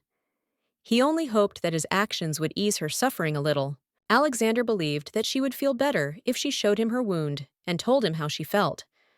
Anastasia understood that he sincerely wished only the best for her. She didn't know that if he thought it was really terrible, it would make her feel even worse. Even she thought it all looked extremely strange and unpleasant. Alexander assured her that she should trust him. Anastasia felt very embarrassed, because she did it only to help herself. Everything seemed so terrible, so creepy and abnormal. Alexander asked her if she really thought he cared about it. In response, the girl expressed doubt that perhaps she was possessed by something evil. Alexander did not believe that this was so. He was sure that there were no supernatural forces here, and everything could be explained much more simply. Anastasia thought that if she listened to him, all her worries would be nothing, and everything would become much easier. In the end, she agreed. She asked him to come with her to the bedroom, where she felt relief as she removed the bandages from her hands. Everything was much easier than she had expected. Alexander noted that perhaps not all was lost. Anastasia felt relieved, because she had long known that everything would be fine. Alexander was sure that he could help her, because he really had experience in this. The girl decided to ask how he was going to do it. Without further ado, Alexander used magic. Anastasia couldn't believe it, but it turned out that most of the problem had disappeared, and she didn't expect that. She was curious and wanted to know how exactly he had managed it. At this time, the Duke asked Anastasia if he could meet her. Anastasia replied that if we are talking about a priest, then she does not see any problem in meeting with him and discussing all the issues. When Anastasia saw Alexander's face, she felt that something was wrong and decided to ask him what exactly he was thinking at that moment. She became curious about what he was hiding. Anastasia hoped that Alexander did not intend to harm the priest. She was worried that his actions could be much more dangerous than she expected. Alexander noticed that perhaps he understood something, but was not ready to share these thoughts. He decided that he would try to persuade the priest to find out everything peacefully. His intention was to resolve everything without violence. However, at the moment, he was much more interested in learning the details of Anastasia's strange dream. Anastasia, in response, said that this dream did not have any special meaning. When she reached for the gloves, Alexander unexpectedly took them away, deciding to wait for their return. He calmly stated that he would only return the gloves if she told him about her dream. He emphasized that it was important for their future events and what was to come. Anastasia realized that she couldn't object and decided to tell about the dream. When she touched the relic, nothing happened, and she woke up with pain in her palms, feeling a strange anxiety. However, she did not tell Alexander the whole dream, realizing that some details might be too strange. Alexander asked if she thought it was a sign of the future. Anastasia did not believe that her dream could predict the future, considering it simply meaningless. But despite this, she was surprised why she still felt a sense of rejection from what was happening. Anastasia's burns were not too deep, although Alexander knew that when the body rejected divinity, it usually burned instantly. It shocked him, but he remained calm. Before Alexander could use healing magic, the burns began to heal on their own. It seemed that her body had recovered, but the process was slow and difficult. There was apparently something divine in Anastasia's body. It was simultaneously destroying and restoring her, but the girl herself could not understand this strange process. She wondered if it was possible for femininity and divinity to exist in her body at the same time. The divine self was strange. It loved her and hated her. Anastasia felt that the deity wanted to hurt her, but Alexander did not believe that it wanted her dead. He did not understand why this was happening and why it was so hard for her. Alexander tried to calm her down, assuring her that he would do everything he could to protect her. He was sure that no one would judge her for having something special about her. Anastasia had to learn to accept her uniqueness, and although it was difficult, she felt that Alexander would always be there to support her. Even if she decided to do something bad, he would be there to help. His support was unconditional, and Anastasia realized that he would always be with her. These words greatly embarrassed Anastasia. She did not want Alexander to say such things, although her heart was touched by his devotion and willingness to be there. It was fresh and pleasant outside, especially after Alexander had carefully treated her wounds. The cool air made her feel better, and the pain gradually subsided. Alexander wondered whether he should go to the priest right now, or maybe wait. He wasn't sure if it was the right step to take. Anastasia asked him not to rush, but just to be there. She noticed that everything had changed recently, and she couldn't be there for him like before. Alexander tried to calm her down, reminding her that his teachers had given up long ago. He didn't need to study anymore, because he had already managed to comprehend a lot, including reading his dissertation. At some point, Anastasia remembered that he was a genius. He even began to look through medical books to help her understand her problems. It suddenly occurred to him that her life was full of chaos, despite her refusal of bad habits. He noticed how she continued to do things that were harmful to the body. He decided that she should establish a daily routine of going to bed and getting up at the same time, and also start eating whatever she wanted, salty, sweet, bitter, without giving up food. Anastasia didn't want to hear it. She was sure that she had been eating normally until now, when her stomach hadn't let her down, and she didn't need to change her habits. Alexander realized that there was no point in continuing this conversation. He knew that no matter what he said, she would not listen to his advice. She would still do it her way. At some point, he decided to ask how many hours she slept at night. Anastasia answered that she hardly slept, because her thoughts were always occupied with Alexander. Perhaps she was dead in that dream, and that was absurd. Alexander's father was also among those killed in her vision. It seemed absurd and impossible. Alexander could not understand whether this dream had any relation to his future. Anastasia assured him that it was just a dream that had no real meaning. He said that if she died, he wouldn't be able to forgive himself because he wouldn't be able to save her. At some point, when he realized that he had lost her forever, it would be unbearable. Hearing his words, Anastasia hugged him, saying that now he did not need to continue because she believed him. Her words were full of support and silence, as if they understood each other. Alexander remembered the promise she had made to him. She had said that she would not hate him, even if he ever became a terrible person. He wanted to make sure she remembered. Anastasia decided that for the sake of peace of mind, she would ask him what he himself understood by a terrible person. She was curious how he himself saw this image in his life. Alexander replied that a terrible person was like trash strewn across the street. It was a strange relief that she could still speak and understand what he was saying, despite all the seriousness. He added that this garbage could be much bigger than she imagined. It was not just a disordered state, but something much more complex and threatening. The girl didn't think it mattered whether he was tall or short. In her eyes, it didn't matter what he looked like. The main thing was that even if he was bad, she would accept him with open arms. She said that she would try too, because she realized that she had about 2 years left. It was not much time to do something important and significant. She felt that there was too little time to do everything she wanted. She wanted his sadness to decrease with each passing day, and for him to feel less pain. She dreamed of seeing his smile at least once more, because such simple, at first glance, banal things gave her strength. Alexander reminded her that she had once promised him to be kind. Anastasia asked him not to be afraid of offending her. She was really very attached to Alexander and dreamed that they could be together, hugging each other, until the end of her life. Alexander seemed to have known about her feelings for a long time, and Anastasia wondered how long he had realized this. He knew her much better than she thought, and understood her on an intuitive level. Anastasia decided to ask him how he knew he liked her. He asked if it was really that important to her. Her questions seemed almost like a riddle game to him. She told him even the smallest things. How many birds she saw outside the window, how sincerely she smiled at him, and how her gaze followed his every move. It was always important to her. Every time before taking his hand, she took a deep breath. Alexander noticed all these little things, and it was they that allowed him to understand that she really felt something special for him. Even if Anastasia tried to deny her feelings, her face, her every look and gesture spoke of something completely different. All this was given away in her behavior, without requiring words. It seemed that the girl was very carried away by emotions, but Alexander, despite everything, said that he felt the same. He felt that they had something special between them. He said he was ready to share with her not only the important moments, but also the daily routine.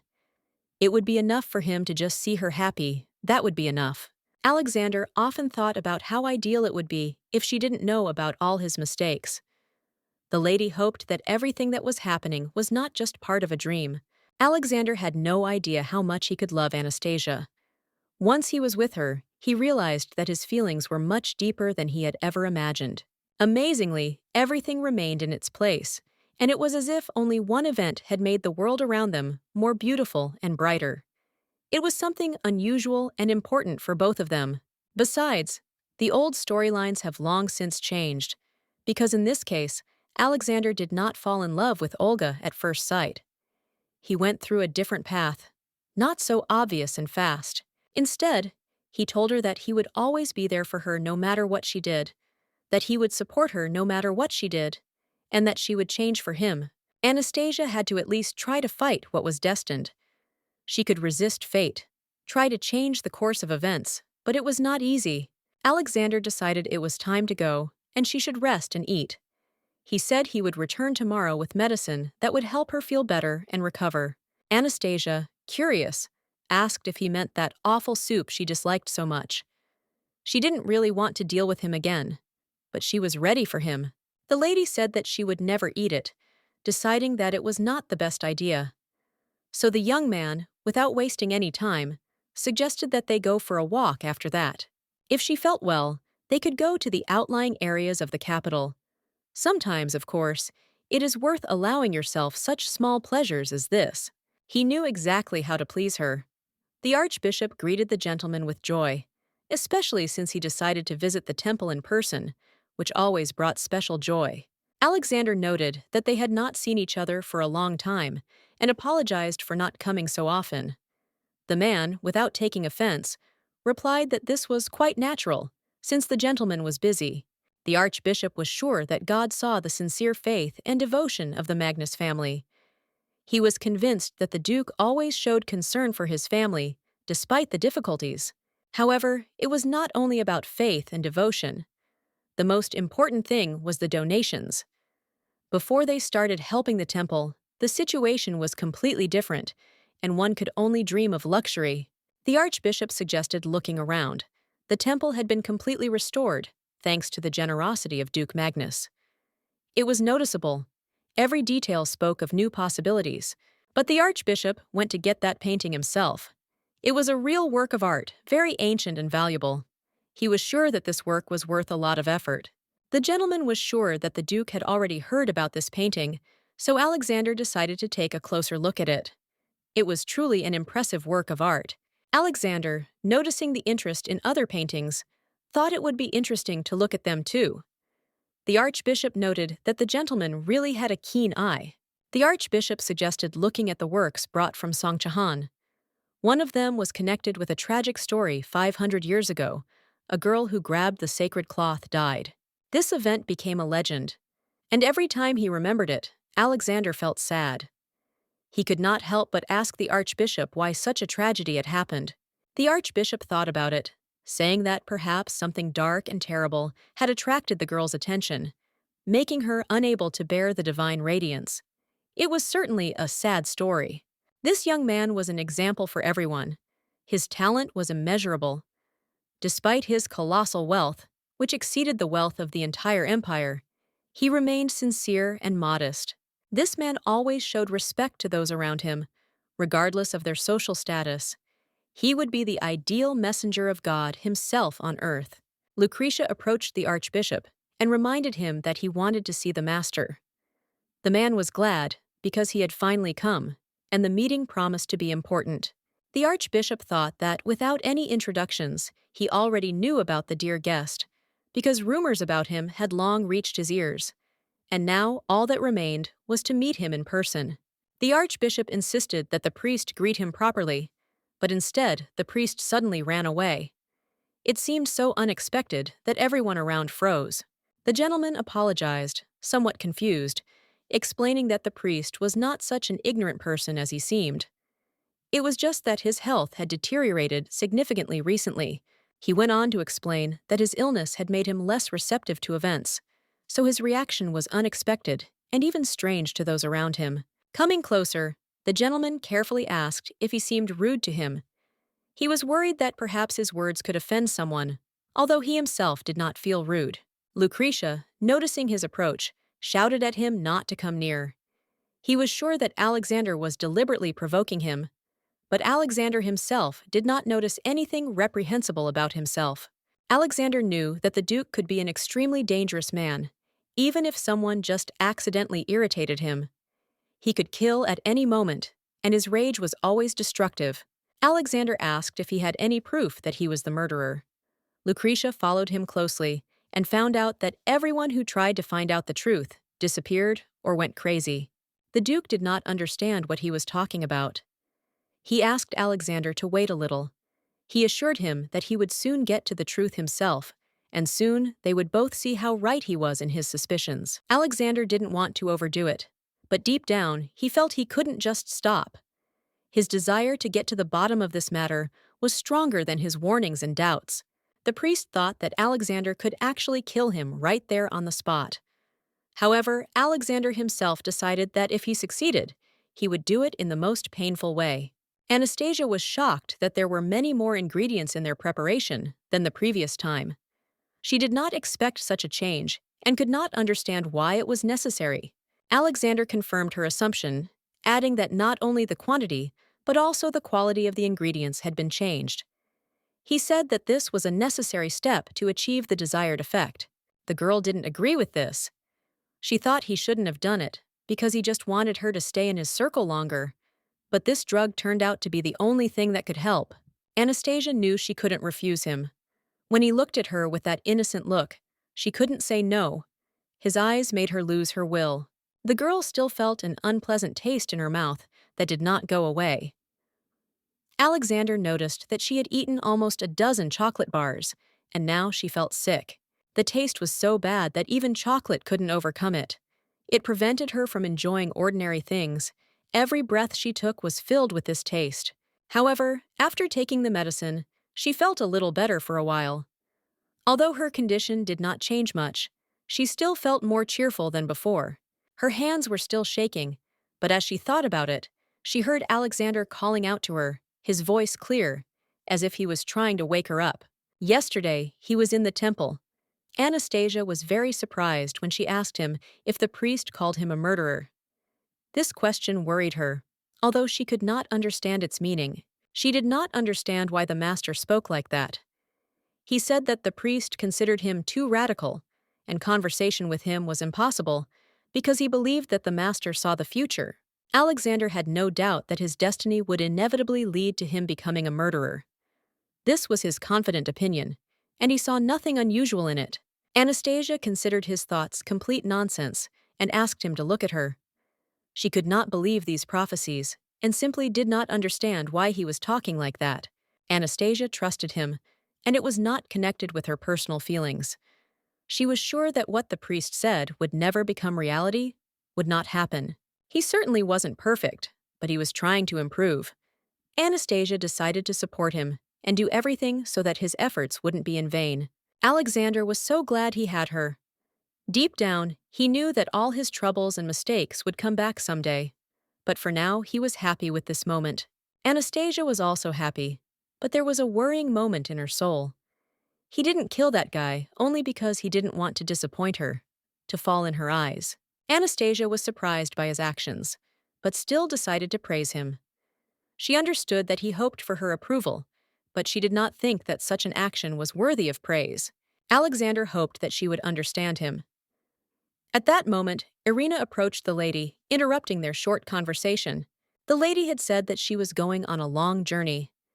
Anastasia felt anger and disappointment when she thought about Alexander's actions, his rash decisions. The guy suggested postponing their meeting for the following week.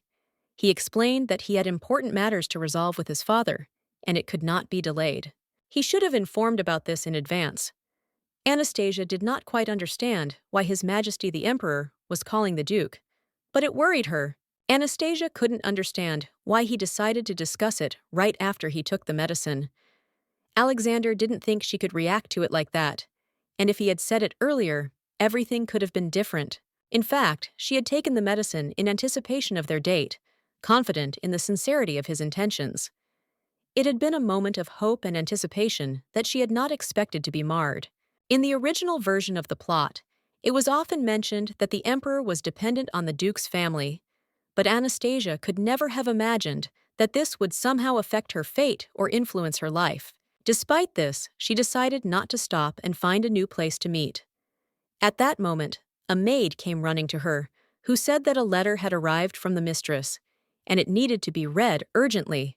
The letter said that everything was fine, that she missed him very much, and that everything would be fine soon. Anastasia realized that she needed to stay calm and continue to act like the caring mother she had always been.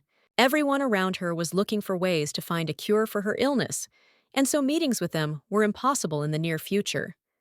However, Anastasia continued to believe that the situation would definitely change. Anastasia's family always seemed alien to her, but over time, at some point, she began to feel how much she missed them, although before their relationship was cold.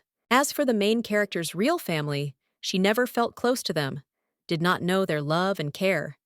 Since childhood, she was sort of removed from them. Anastasia did not understand how this happened, because it seemed to her that she had already come to terms with the fact that her family would not be able to give her the love that she so needed. She couldn't understand why. Now that her life had turned out its own way, she was still so strongly drawn to strangers and missed those whom she had long considered strangers. Now, having understood all this, she realized that she was beginning to become a real Anastasia. Everything that happened, to some extent, changed her inner world, gave her a new perception. Throughout her life, Anastasia had always felt distant from her family, especially when her illness prevented her from being close to them. With each passing day, this distance became more and more noticeable. However, she definitely wanted to be closer to them. This feeling was gentle, but strong. Somewhere deep in her soul, Anastasia felt that these were her true emotions and desires. At some point, she realized that she should give in to these feelings and not isolate herself. She wrote a letter to her mother, telling her that she was fine and that she often saw Alexander. On Alexander's advice, she changed her diet and began to watch her nutrition.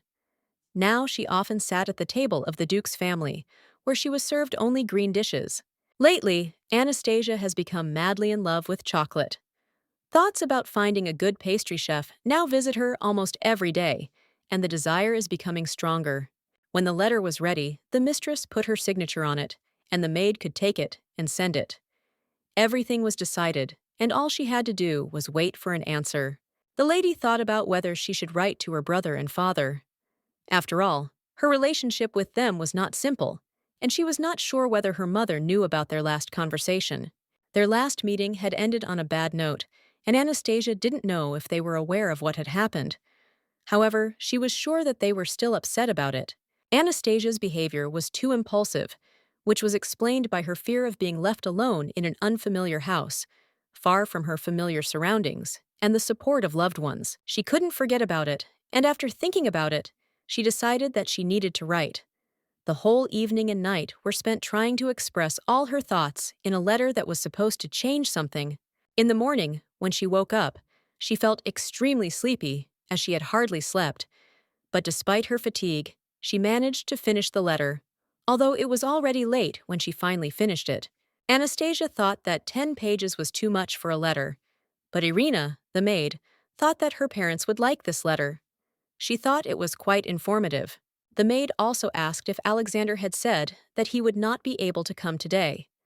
Anastasia nodded, confirming that he really would not be able to come, and it was due to his plans. The lady confirmed that Alexander would be busy all day and specified that this would be the case throughout the week. In this regard, she decided that it was necessary to find a place for the next meeting in advance. Anastasia remembered that the original version mentioned different meeting places, and it occurred to her that perhaps she should choose one of these options. Ash always chose only the most luxurious and famous places for his entertainment, preferring to arrange meetings in expensive establishments and popular locations in the city. The protagonists, on the contrary, chose only the most ordinary places. It could be a library, an ordinary street, or even a ball, and none of these places seemed special. Anastasia couldn't understand how they could be so boring when the world was full of interesting and unusual places. Ash loved fun, and they, on the contrary, always avoided anything extraordinary. Suddenly, the idea of the Forest of Remorse came to her mind. The weather was just right for going there, and she realized that it would be a great place for the next meeting.